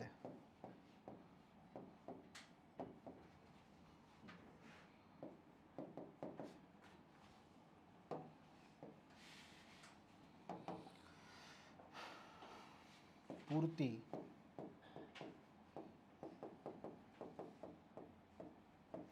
સંગ્રહણ સુવિધા નો સરકાર પાસે અભાવ.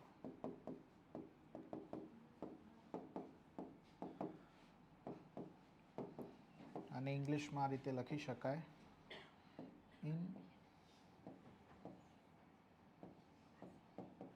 inadequate storage infrastructure.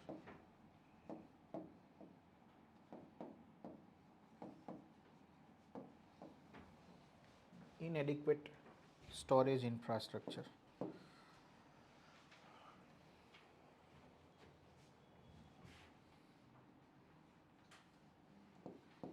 ભારતમાં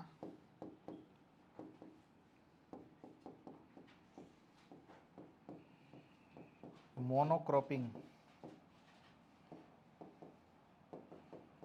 પ્રણાલીનો વિકાસ થશે.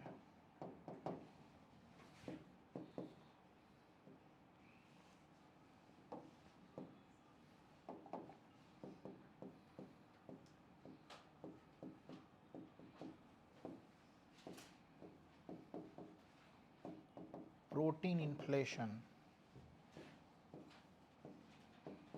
વધશે. પ્રોટીન ઇન્ફ્લેશન વધશે. કેમ વધશે? કૌંસમાં લખી શકો, કઠોળ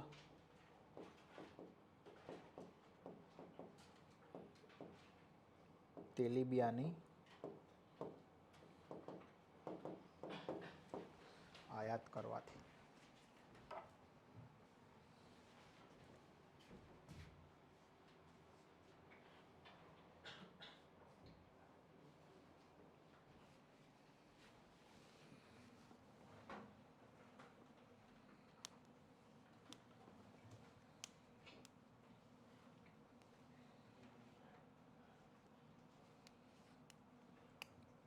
નેક્સ્ટ લખો. બાકી છે?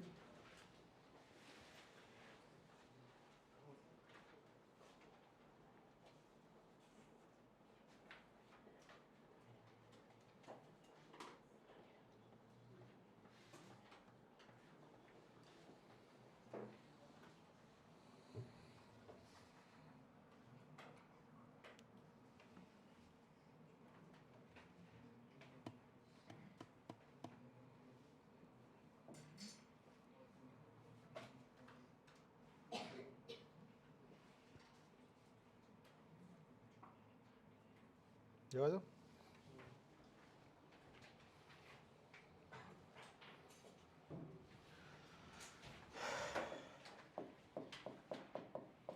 એમએસપીની જાહેરાત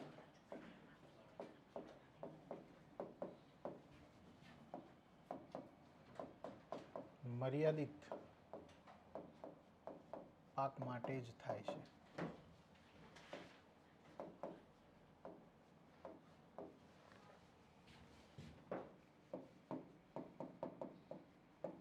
એમએસપીથી હજુ કોઈ એકંદર સકારાત્મક અસર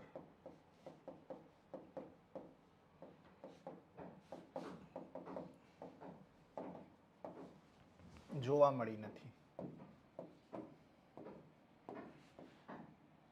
એનસીઆરબી નેશનલ ક્રાઇમ રેકોર્ડ બ્યુરોના તાજેતરના ડેટા મુજબ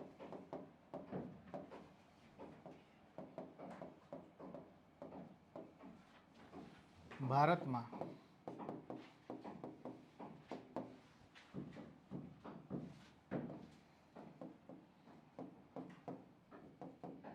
ખેડૂત આત્મહત્યા છેલ્લા એક દશકમાં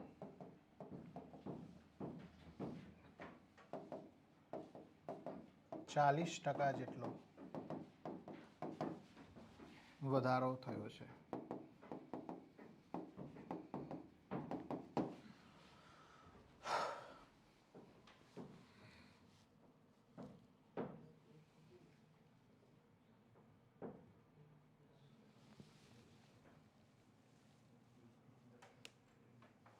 ખેડૂત આત્મહત્યામાં એવું લખજો અહીંયા, આત્મહત્યામાં. પછી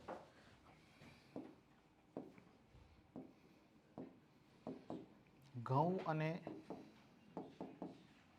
ચોખા જેવા પાકને MSP થી વધારે પ્રોત્સાહન મળતા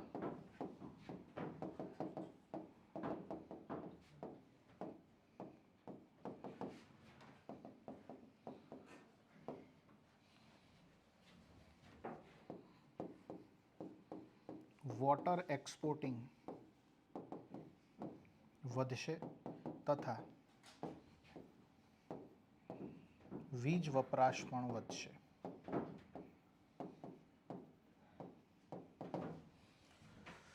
વોટર એક્સપોર્ટિંગ એટલે પાણી વધારે પીશે, કારણ કે ઘઉં અને ચોખા તો વળી ઘઉં કરતાંય વધારે પાણીની જરૂર પડે. 1 કિલો ચોખા પકાવવા માટે 3000 લીટર પાણી જોઈએ, હે ને? તો શું થશે? વોટર એક્સપોર્ટિંગ વધશે, પરિણામે વીજળીનો વપરાશ પણ શું થશે? વધશે. ઓકે, જો આ ગેલેરી બંધ કરી, એ ક્યાંથી બંધ થઈ ગયું?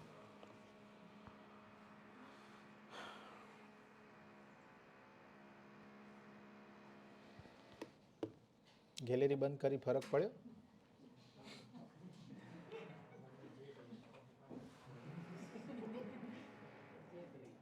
હા, ના ના, ગેલેરી બંધ કરી, બાકી તો અહીંયા સુધી સંભળાતું હતું. હા રે, લડશો નહીં, હેડો 2 જણા. ચાલો, રેડી? હવે આમાં શું કરી શકાય? સુધારો શું કરી શકાય? ટોટલ કેટલા મુદ્દા થયા? 13 મુદ્દા થયા. શું કરવું જોઈએ? તમારું શું માનવું છે? તમારી જોડે કોઈ આઈડિયા છે? સોલ્યુશન અધિકારી તરીકે તમને એગ્રીકલ્ચર ઓફિસર બનાવી દેવામાં આવે, શું કરો તમે? શું સલાહ આપો સરકારને?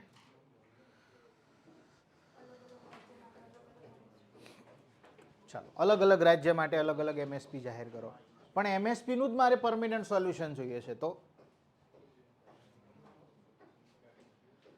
એના માટે એક સોલ્યુશન છે, એ છે કોન્ટ્રાક્ટ ફાર્મિંગ.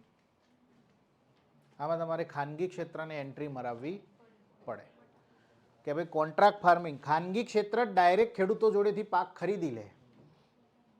ઘઉં છે તો પાર્લેજી બિસ્કિટ છે, પાર્લેજી વાળો આવે છે, ઘઉં પેદા કરતા ખેડૂતો સાથે કરાર કરીને ડાયરેક્ટ ઘઉં ખરીદી લે. બટાકા પેદા કરતા ખેડૂત સાથે બટાકા ખરીદી લે. ચોખા પેદા કરતા સાથે કંપની ચોખા ખરીદી લે. આવે ચોખાના પાપડ, ચોખાની કેટલી બધી વસ્તુ, મમરા બધું નથી ખાતા, ચવાણું ચોખામાંથી જ બને, પૌવા બને છે ને. તો અલ્ટિમેટલી આ જે ફૂડ પ્રોસેસિંગ ઇન્ડસ્ટ્રી છે, એને જો ખેડૂતો સાથે ડાયરેક્ટલી કનેક્ટ કરવામાં આવે અને કોન્ટ્રાક્ટ ફાર્મિંગને જો સરકાર પ્રોત્સાહન આપે, અને તો આ વસ્તુ શક્ય છે.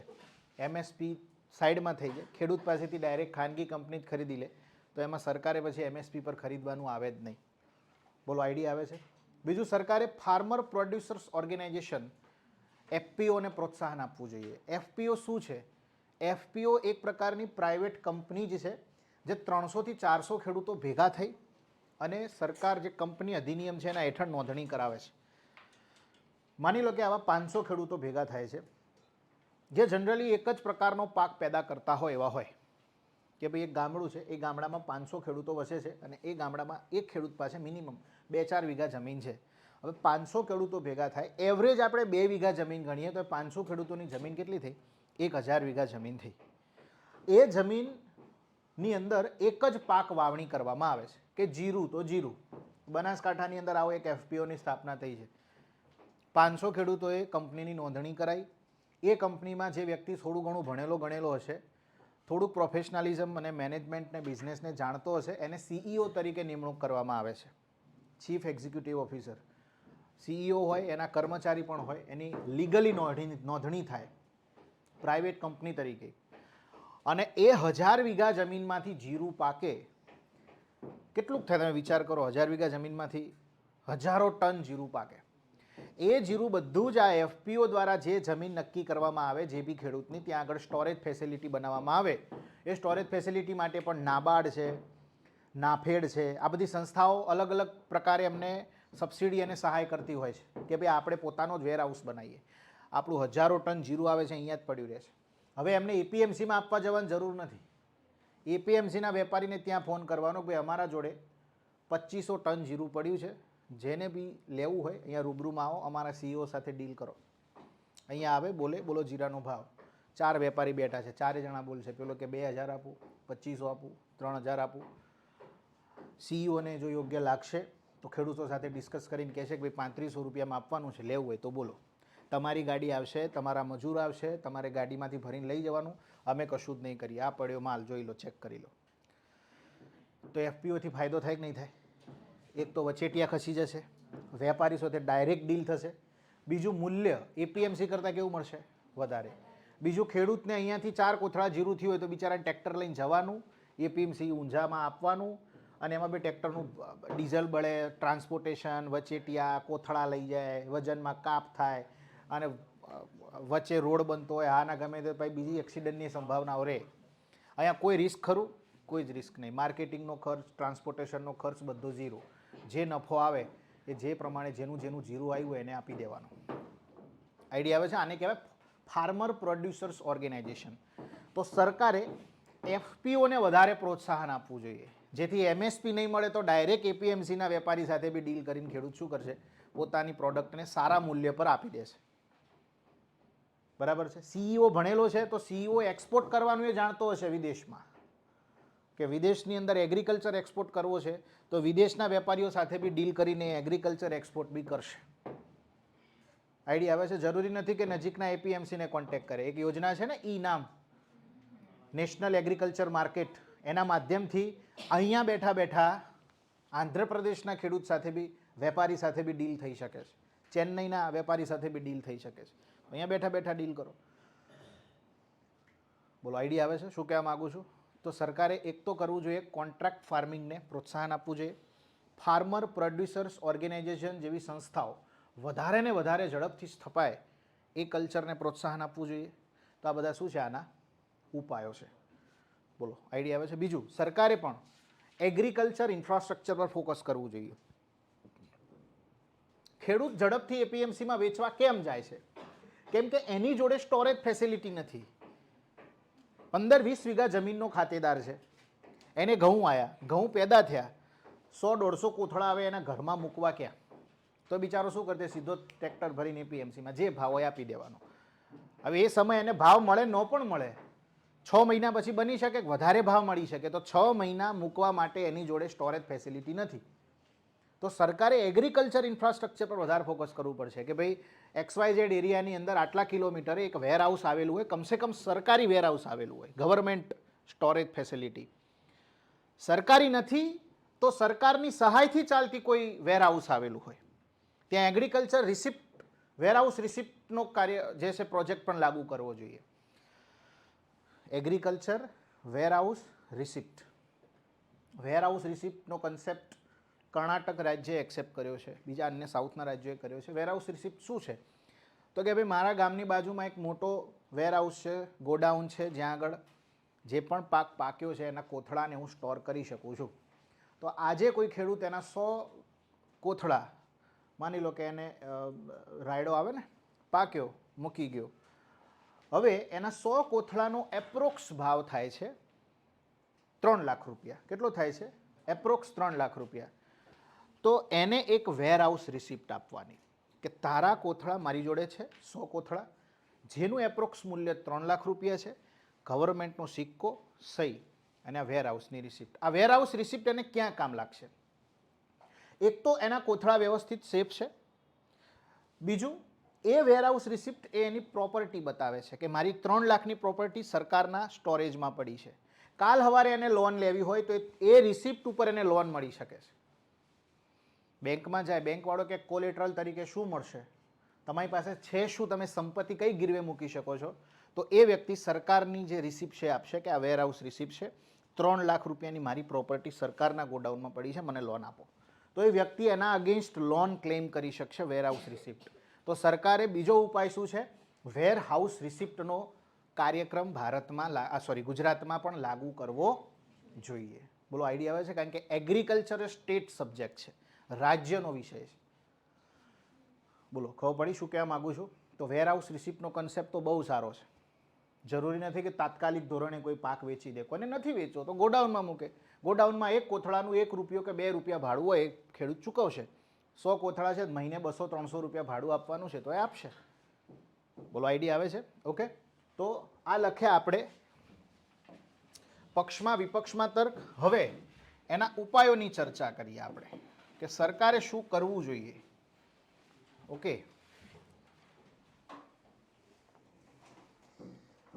દોસ્ત મારો એકાદ લેક્ચર બાકી છે, પ્રિયમ. ઓકે, યસ, પૂરું નામ લખવાનું. ઓકે, હર્ષરાજ.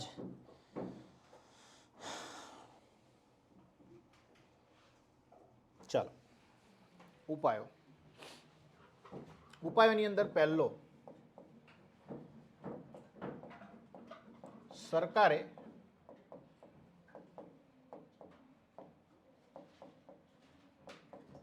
કરાર આધારિત કૃષિ, કોન્ટ્રાક્ટ ફાર્મિંગ, કરાર આધારિત કૃષિ એટલે કોન્ટ્રાક્ટ ફાર્મિંગને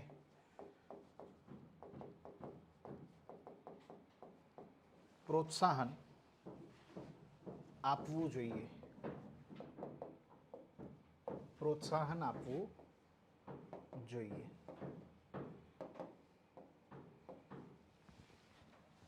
બીજો પોઈન્ટ,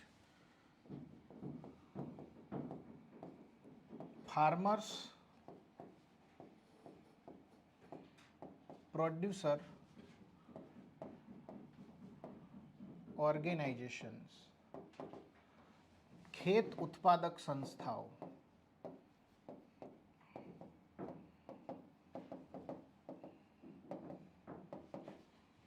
ની સ્થાપનાને પ્રાથમિકતા આપવી જોઈએ.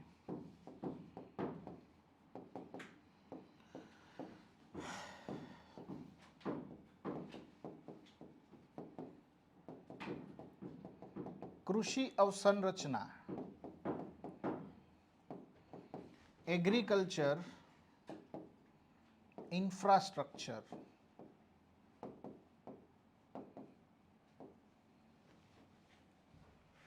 ના વિકાસ પર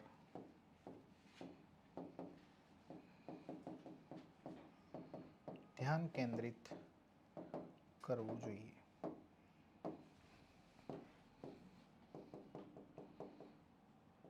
વેરહાઉસ રિસિપ્ટ,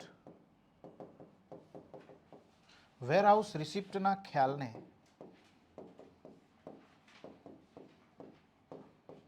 ગુજરાતમાં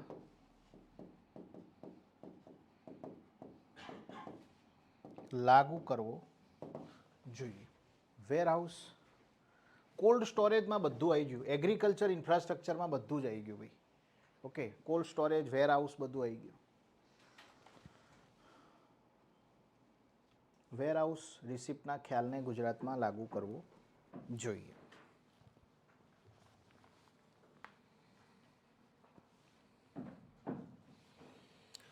હજુ એક મુદ્દો મારે લખવો એટલે લખી શકાય કે એમએસપીમાં હજુ વધારે પાક ઉમેરવા જોઈએ, ખાસ કરીને કઠોળ. આઈડિયા આવે છે? હજુ એક મુદ્દો મારે તો મફતની સલાહ જ આપી છે ને. સરકારે એમએસપીમાં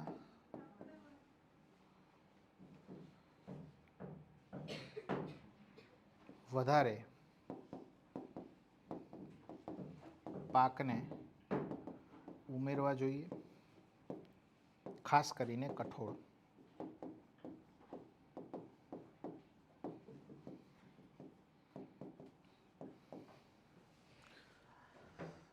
મન ફાવે એવી સલાહ આપી શકો, કોઈ ચિંતા નહીં કરવાની, પણ સલાહ રિલિવન્ટ હોવી જોઈએ.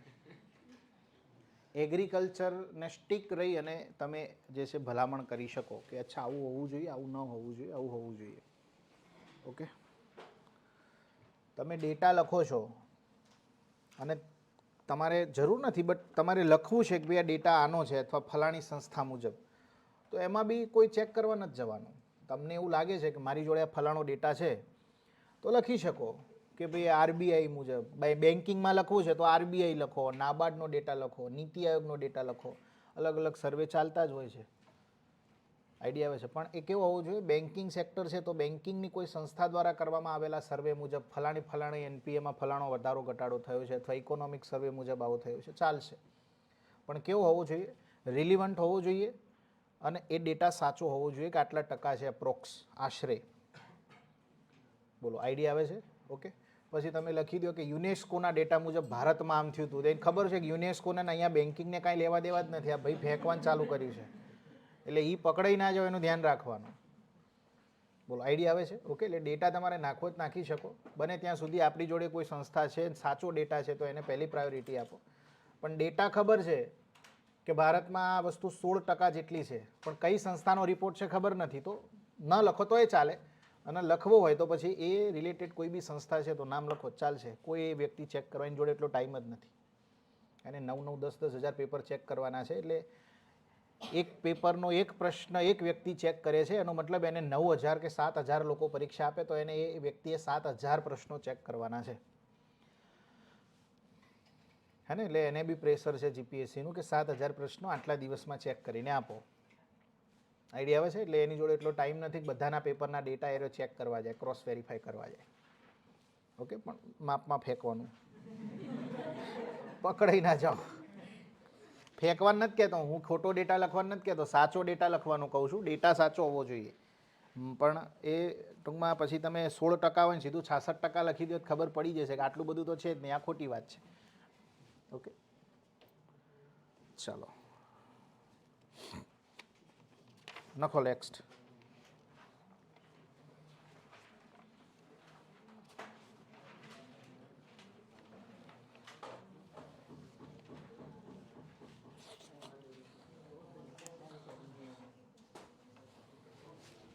ચાલો નેક્સ્ટ ક્વેશ્ચન કંઈક આવો છે. ભારતમાં લખો, ભારતમાં કૃષિ ધિરાણ એગ્રીકલ્ચર ક્રેડિટ, ભારતમાં કૃષિ ધિરાણ એટલે કે એગ્રીકલ્ચર ક્રેડિટમાં રહેલા કૃષિ ધિરાણ સંબંધિત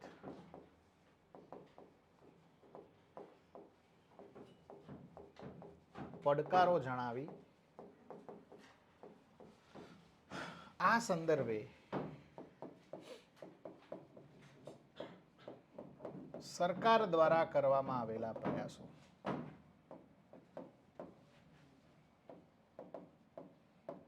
સરકાર દ્વારા કરવામાં આવેલા પ્રયાસોનું વર્ણન કરો. ઓકે,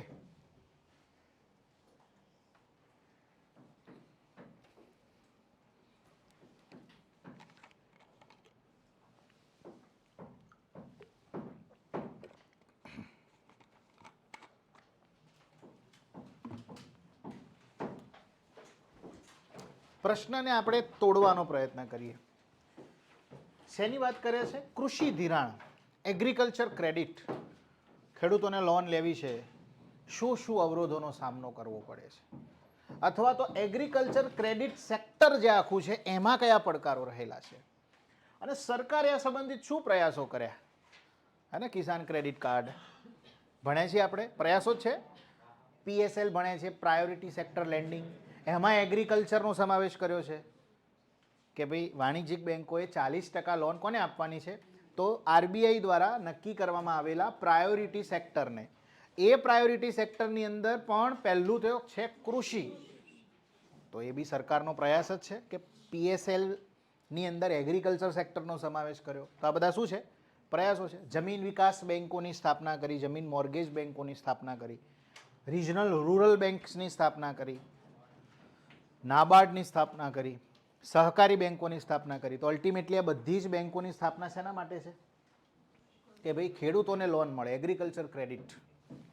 પણ પડકારો કયા કયા છે? શું પડકારો છે?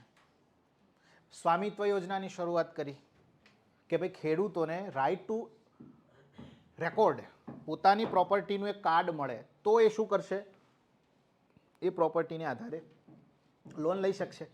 તો પહેલો તો પડકાર એ છે કે ઘણા બધા ખેડૂતો પાસે પોતાની પ્રોપર્ટીના પ્રોપર દસ્તાવેજ જ નથી, તો લોન કઈ રીતે લેશે? ખબર પડી શું કહેવા માગું છું? દસ્તાવેજોનું ડિજિટલાઇઝેશન હજુ એટલું થયું નથી. એટલે એક તો પહેલું તો છે કે ભાઈ ખેડૂતો પાસે પ્રોપર દસ્તાવેજોનો અભાવ છે. એટલે ઘણા ખેડૂતો તો એટલા માટે લોન લેવાથી વંચિત રહી જાય છે. એ વર્ષોથી જમીન ખેડે છે, પાણી પાય છે, પાક ઉગાડે છે, પણ એની પાસે એનો પ્રોપર દસ્તાવેજ નથી. કેમ? તો કે ભાઈ એને ખબર જ નથી કે મારે દસ્તાવેજ ક્યાંથી લેવું, કઈ રીતે લેવું, હે ને? તો એક તો એ વસ્તુ છે. બીજો શું પ્રભાવ છે? એ છેલ્લે રાખવાનું. ખેડૂતને જેટલી માહિતી છે ને એને જેટલો આઈડિયા છે ને એટલો કોઈને નથી, પણ બચારાને એને ધક્કા ખાવા પડે છે. તકલીફ ત્યાં છે. ખેડૂતને બધી ખબર છે ક્યાંથી કેટલા રૂપિયા, કઈ સ્કીમમાં કેટલી સબસિડી મળે છે. એ તમને યોજનામાં નહીં ખબર હોય, એને પૂછજો કે કલ્ટી લેવા જાઓ કેટલા રૂપિયાની સબસિડી મળે, અથવા ફુવારો ખરીદવા જાઓ કે ટ્રેક્ટર ખરીદવા જાઓ તો કેટલા રૂપિયાની સબસિડી મળે. એને બધી ખબર હશે કે આટલા રૂપિયાની સબસિડી મળે ને એમાં કાગળ જોઈએ ને એમાં આ કાગળ માર જોડે નહીં એટલે મારે સબસિડી નહીં આપતા. એને બધી જ ખબર છે. એટલે એ લાસ્ટમાં રાખવાનું, લખવાનું.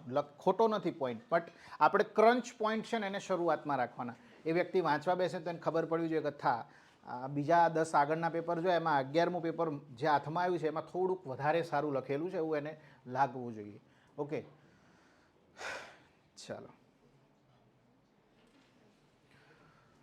ચાલો લખી દઈએ.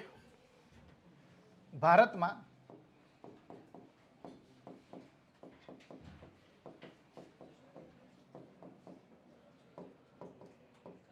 કૃષિ ધિરાણને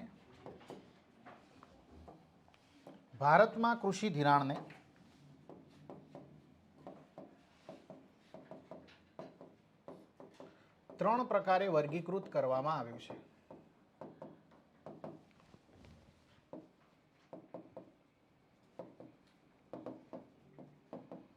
ટૂંકા, મધ્યમ અને લાંબા ગાળાનું ધિરાણ.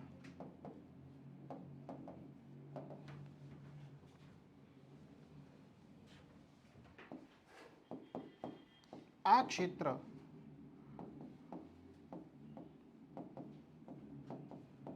નિમ્નલિખિત પડકારો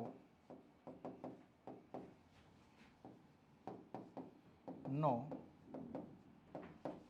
સામનો કરી રહ્યું છે. નિમ્નલિખિત પડકારોનો સામનો કરી રહ્યું છે. સૌથી પહેલા લખીશું પડકારો.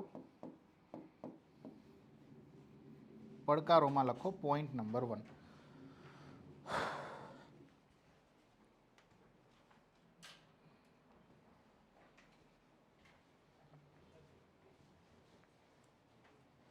પહેલો પોઈન્ટ તો છે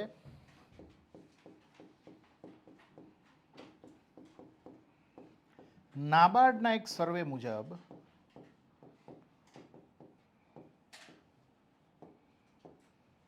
ભારતમાં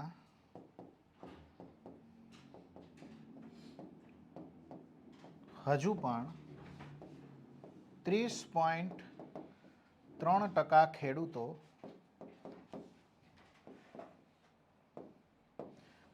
બિન સંસ્થાકીય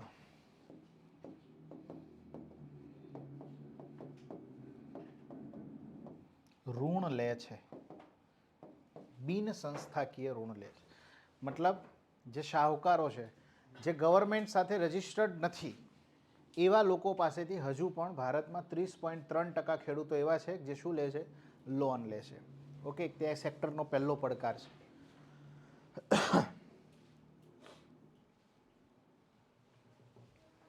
બરાબર? બોલો, લખી દીધું? ઓકે, લખી દો.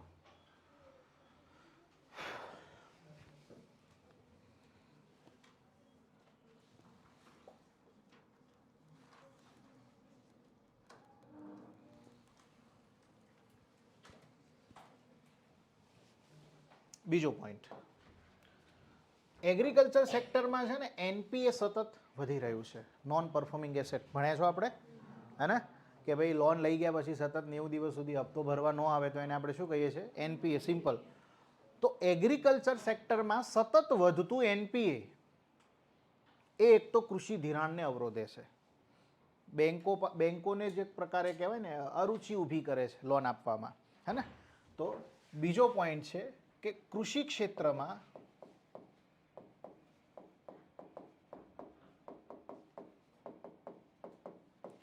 સતત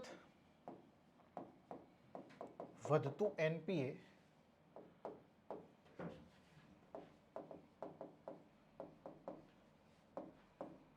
કૃષિ ધિરાણને અવરોધે છે.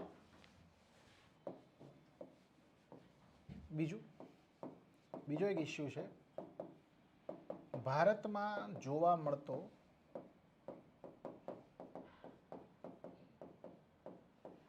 Twin balance sheet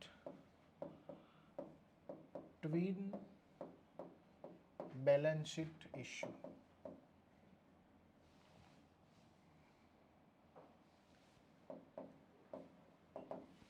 twin balance sheet issue, twin balance sheet problem. Twin balance sheet problem એટલે શું છે? આપણે ભણ્યા હતા અગાઉ? નથી ભણ્યા? સમજાવો.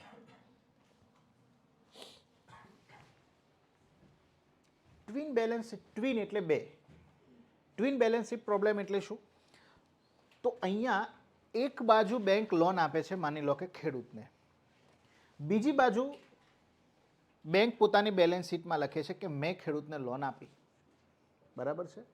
ઓકે.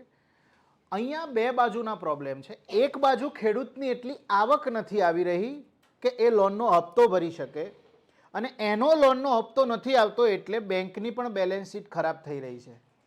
બેંકને પણ આરબીઆઈને જવાબ આપવાનો છે. જો બેંકનું એનપીએ આ જ રીતે વધતું રહેશે, લોનના હપ્તા પાછા નહીં આવે, તો આરબીઆઈ એને પેલી પ્રોમ્પ્ટ કરેક્ટિવ એક્શન ભણ્યા હતા આપણે, પીસીએ ફ્રેમવર્ક હેઠળ મૂકી દેશે. એના ઉપર પ્રતિબંધો લગાવી દેશે. શાખાઓ વિસ્તારિત નહીં કરવી, લોકોને લોન નહીં આપવી, અને આ પ્રકારે બેંકને શું કરશે? પ્રતિબંધ લગાવી દેશે. તો અહીંયા બે બાજુ ઇસ્યુ છે.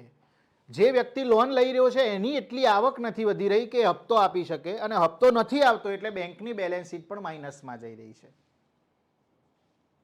બોલો, આઈડિયા આવે છે શું કહેવા માંગુ છું? અને આને કહેવાય ટ્વિન બેલેન્સ શીટ પ્રોબ્લેમ. સામેવાળાની બેલેન્સ શીટ પણ બગડી રહી છે બેંકોની, એના પરિણામે બેંકોની બેલેન્સ શીટ પણ શું થઈ રહી છે? બગડી રહી છે. ચોથો ઇસ્યુ, ઘણા ખેડૂતો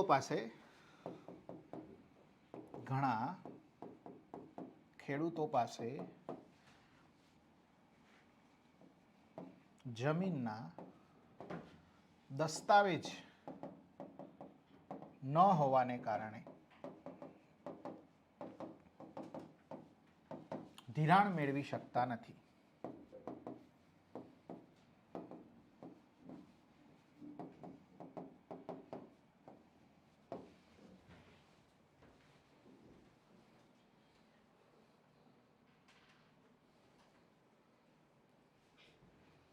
ઓકે.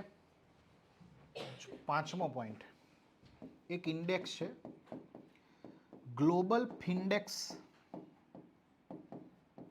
રિપોર્ટ મુજબ ભારત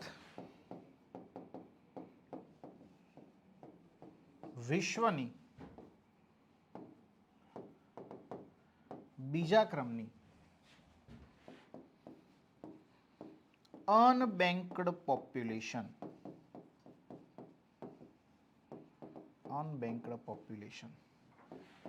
આશરે 190 મિલિયન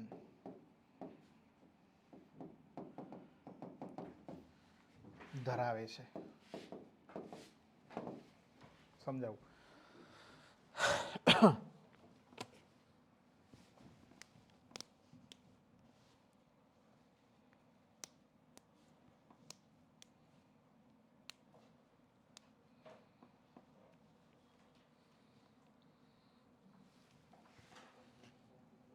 ગ્લોબલ ફિન્ડેક્સ રિપોર્ટ એવું કહે છે કે ભારતની અંદર 190 મિલિયન લોકો એટલે આશરે 19 કરોડ લોકો એવા છે કે જેમનું બેંકમાં હજુ એકાઉન્ટ જ નથી, કોઈ બેંકમાં ખાતું જ નથી. તો પછી કઈ રીતે લોન લે છે અથવા તો સરકારી યોજનાઓના લાભ લે છે? જનરલાઇઝ ફેક્ટ છે કે ભારતમાં હજુ 19 કરોડ લોકો એવા છે કે જેનું કોઈ બેંકમાં ખાતું જ નથી. તો અનબેન્કડ પોપ્યુલેશન એને કહેવાય કે જેનું બેંકમાં કોઈ ખાતું જ નથી. ઓકે, પછી છઠ્ઠો પોઈન્ટ એવો છે કે ભાઈ ખેડૂત પાસે સરપ્લસ આવકનો અભાવ, સરપ્લસ ઇન્કમ, હે ને, મતલબ પોતાની આજીવિકા કરતાં થોડુંક હપ્તો ભરી શકે અથવા બીજે ક્યાંક વાપરી શકે એવી વધારાની આવકનો અભાવ, હે ને. તો એક એ પણ પોઈન્ટ છે, પડકાર છે કે ખેડૂતને કેમ લોન નથી મળતી અથવા તો કેમ લોન લેવામાં તકલીફ પડે છે. તો કે ભાઈ ખેડૂત પાસે સરપ્લસ ઇન્કમનો અભાવ, એ જેટલું વાવે છે પોતાની આજીવિકા પૂરતું ચાલે છે, એની પાસે કોઈ વધારાની ઇન્કમ નથી, હે ને. તો બીજો પોઈન્ટ છે કે ખેડૂત પાસે સરપ્લસ આવકનો અભાવ, સરપ્લસ આવકનો અભાવ.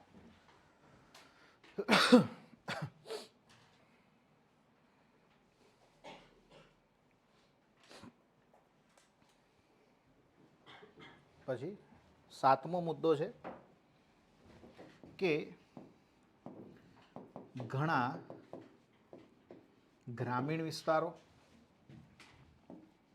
જંગલ વિસ્તારો, રણ પ્રદેશોમાં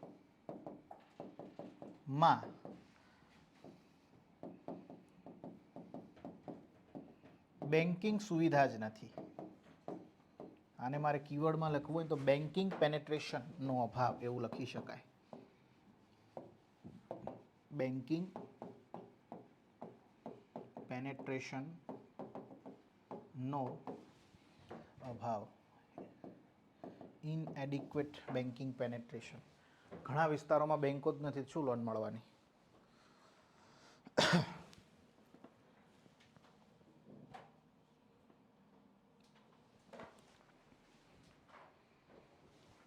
આ 7 મુદ્દા થયા. હજુ 8મો મુદ્દો એ છે. 8મો મુદ્દો એવો છે કે સરકાર દ્વારા લેવામાં આવતા લોન માફીના નિર્ણયો, જેમ કે રાજસ્થાન સરકારે લીધો હતો એક વખત હમણાં. લોન માફીના નિર્ણયોથી ખેડૂતની અંદર એક એવી આશા બંધાય છે કે સરકાર લોન માફ કરવાની જ છે ને શું કરવા, હપ્તા ભરવા છે. હપ્તા નથી ભરતા એટલે લાંબા ગાળે બેંકો શું કરે, ડિફોલ્ટ જાહેર કરે. અને એક વખત ડિફોલ્ટ જાહેર થયા પછી બીજી વખત જિંદગીમાં લોન મળે નહીં, લાલ લીટીમાં રહી જાય. નહીં કહેતા લાલ લીટીમાં રહી જશે, એ બી એડમિશન નહીં મળે કે બીજે. એ રીતે ખેડૂતને શું થઈ જાય, લાલ લીટી મારી દે બેંક. આઈડિયા આવે છે? તો સરકાર દ્વારા જાહેર કરવામાં આવતા લોન માફીના નિર્ણયો પણ આ માટે શું છે, જવાબદાર છે. જવા દો, લખાઈ ગયા. 8મો પોઈન્ટ લખો. 8મો પોઈન્ટ છે સરકાર દ્વારા લેવામાં આવતા લોન માફીના નિર્ણયો.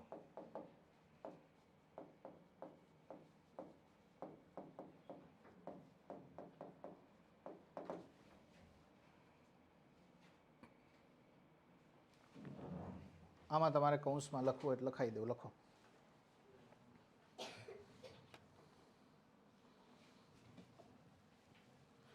કૌંસમાં લખો, સરકાર લોન માફ કરશે એ આશાથી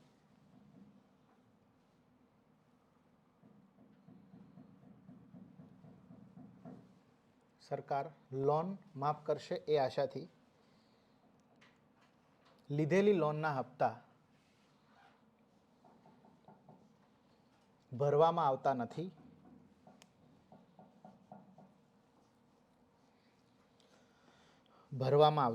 નથી. પરિણામે બેંક એમને ડિફોલ્ટ જાહેર કરે છે. બેંક એમને ડિફોલ્ટ જાહેર કરે છે.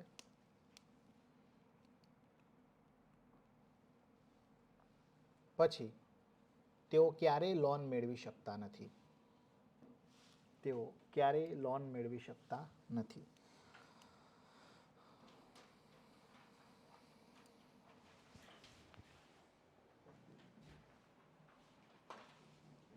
બોલો, રેડી? સરકારના પ્રયાસો કયા કયા છે?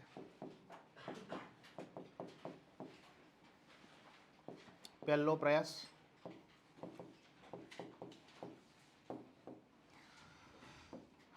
સ્વામિત્વ યોજનાની શરૂઆત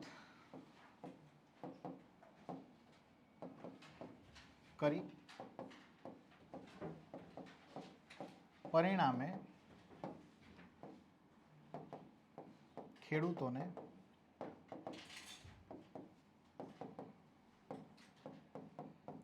રાઇટ ટુ રેકોર્ડ મળ્યો. રાઇટ ટુ રેકોર્ડ મળ્યો. બીજું પીએમ જનધન યોજના, જેનાથી કરોડો ખેડૂતોએ શું કર્યા? પોતાના ખાતા ખોલાયા બેંકમાં. ત્યાર પછી કૃષિ ક્ષેત્રનો પ્રાયોરિટી સેક્ટર લેન્ડિંગ હેઠળ સમાવેશ. પ્રાયોરિટી સેક્ટર લેન્ડિંગ હેઠળ સમાવેશ. ચોથો મુદ્દો કિસાન ક્રેડિટ કાર્ડની શરૂઆત. ચોથા મુદ્દામાં લખો કિસાન ક્રેડિટ કાર્ડની શરૂઆત.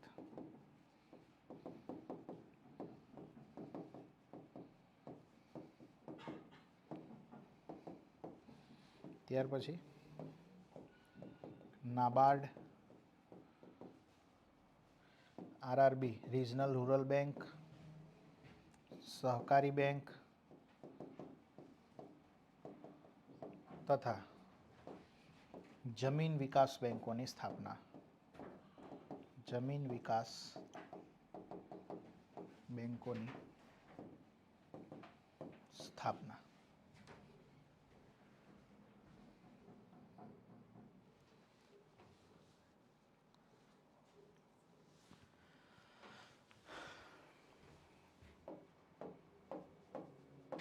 આરબીઆઈએ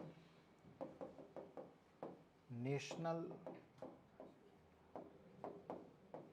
સ્ટ્રેટેજી ઓન ફાઇનાન્શિયલ એજ્યુકેશન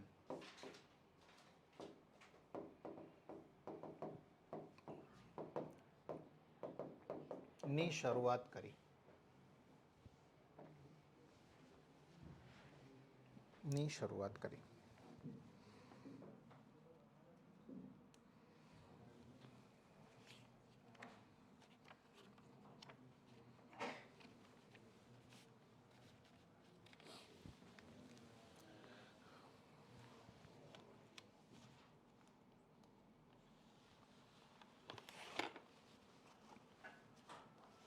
આમાં ઉપાયોમાં એક મુદ્દો લખી શકાય ને, પેલો વેર હાઉસ રિસિપ્ટ વાળો, કે સરકારે વેર હાઉસ રિસિપ્ટનો કન્સેપ્ટ લાગુ કરી એના આધારે ખેડૂતોને ઋણ આપવાની શરૂઆત કરવી જોઈએ. લખી શકાય ને, લોન જ આપવાની છે તો એના આધારે બી એને લોન મળે એવી વ્યવસ્થા કરવી જોઈએ. કંઈ અઘરા જેવું લાગે છે આમાં? મોઢે લખવા બેસજો પછી લાગશે. આ જેટલું લખ્યું એ ઘેર જઈને મોઢે લખવાનું, કે આમાં કેટલું યાદ આવે છે. મેન વસ્તુ એ છે. કન્ટેન્ટ તો તમને હું ધરાઈને આપે અહીંયાથી, મોઢે લખતા શીખવાનું છે આ વસ્તુ. ઓકે,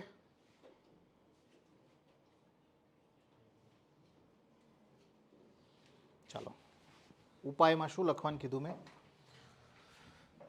કે ભાઈ સરકારે, હા બાકી છે, હા લખી દો.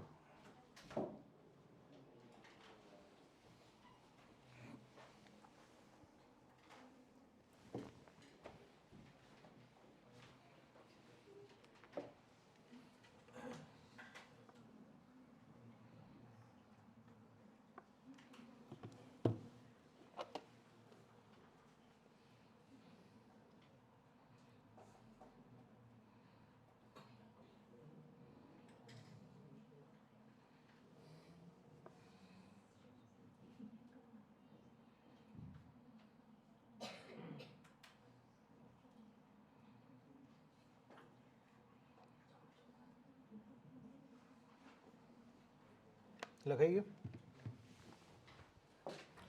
સરકારે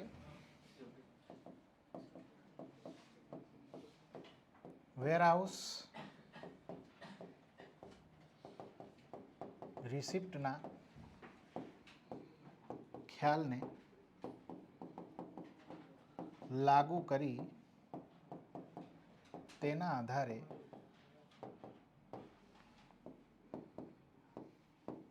ઋણ આપવાની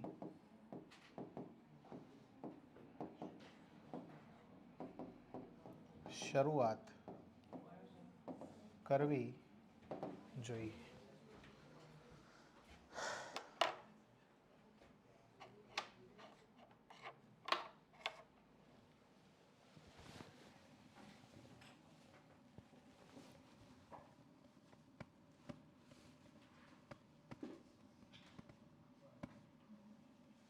ઓકે, લખાઈ ગયું? એક હોમવર્કમાં લખો ક્વેશ્ચન, ઘરેથી લખીને લાવવાનો, પછી હું સોલ્વ કરાય અહીંયા.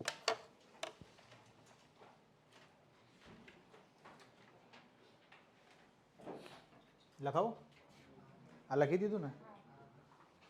જવા દઉં છું.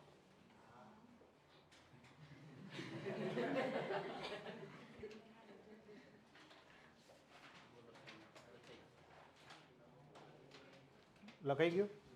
જવા દો. ઓકે, ક્વેશ્ચન કંઈક આવો છે કે સરકાર દ્વારા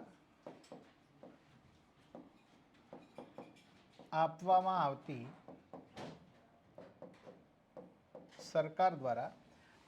આવતી કૃષિ અને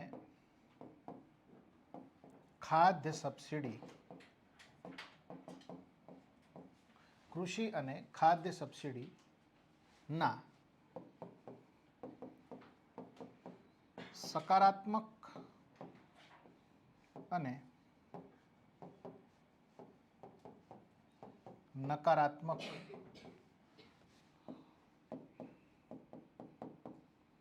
પાસાની ચર્ચા કરો. સરકાર સબસિડી આપે છે ને, એગ્રીકલ્ચર સેક્ટરમાં બી સબસિડી આપે છે. જેમ કે વેરહાઉસ બનાવવું હોય તો સબસિડી આપે છે, કોલ્ડ સ્ટોરેજ બનાવવું હોય તો સબસિડી આપે છે. સરકાર કિસાન પરિવહન યોજના ગુજરાત સરકારે બહાર પાડી હતી, તો વાહન લેવું હોય એગ્રીકલ્ચર સેક્ટરમાં 3 પૈડાવાળું તો પણ શું આપે? સરકાર સબસિડી આપે છે. સોલાર પંપ નાખવો હોય તો પણ સબસિડી આપે છે. એ રીતે ફૂડ સબસિડી પણ આપે છે સરકાર, ખાદ્ય સબસિડી. MSP ઉપર ઘઉં ખરીદે છે 25 રૂપિયા કિલો અને 2 કે 3 રૂપિયા કિલો ઘઉં એ લાભાર્થીઓને આપે છે, તો એની અંદર વચ્ચે 22 રૂપિયા સરકાર લોસ કરે છે. શું એના કરે છે? ફૂડ સબસિડી આપે છે. તો આનાથી સકારાત્મક પાસા કયા છે અને આના નેગેટિવ પાસા કયા છે એ તમારે લખવાના છે. શેના? એગ્રીકલ્ચર એન્ડ ફૂડ સબસિડીના. ડન છે? ચાલો મળીએ.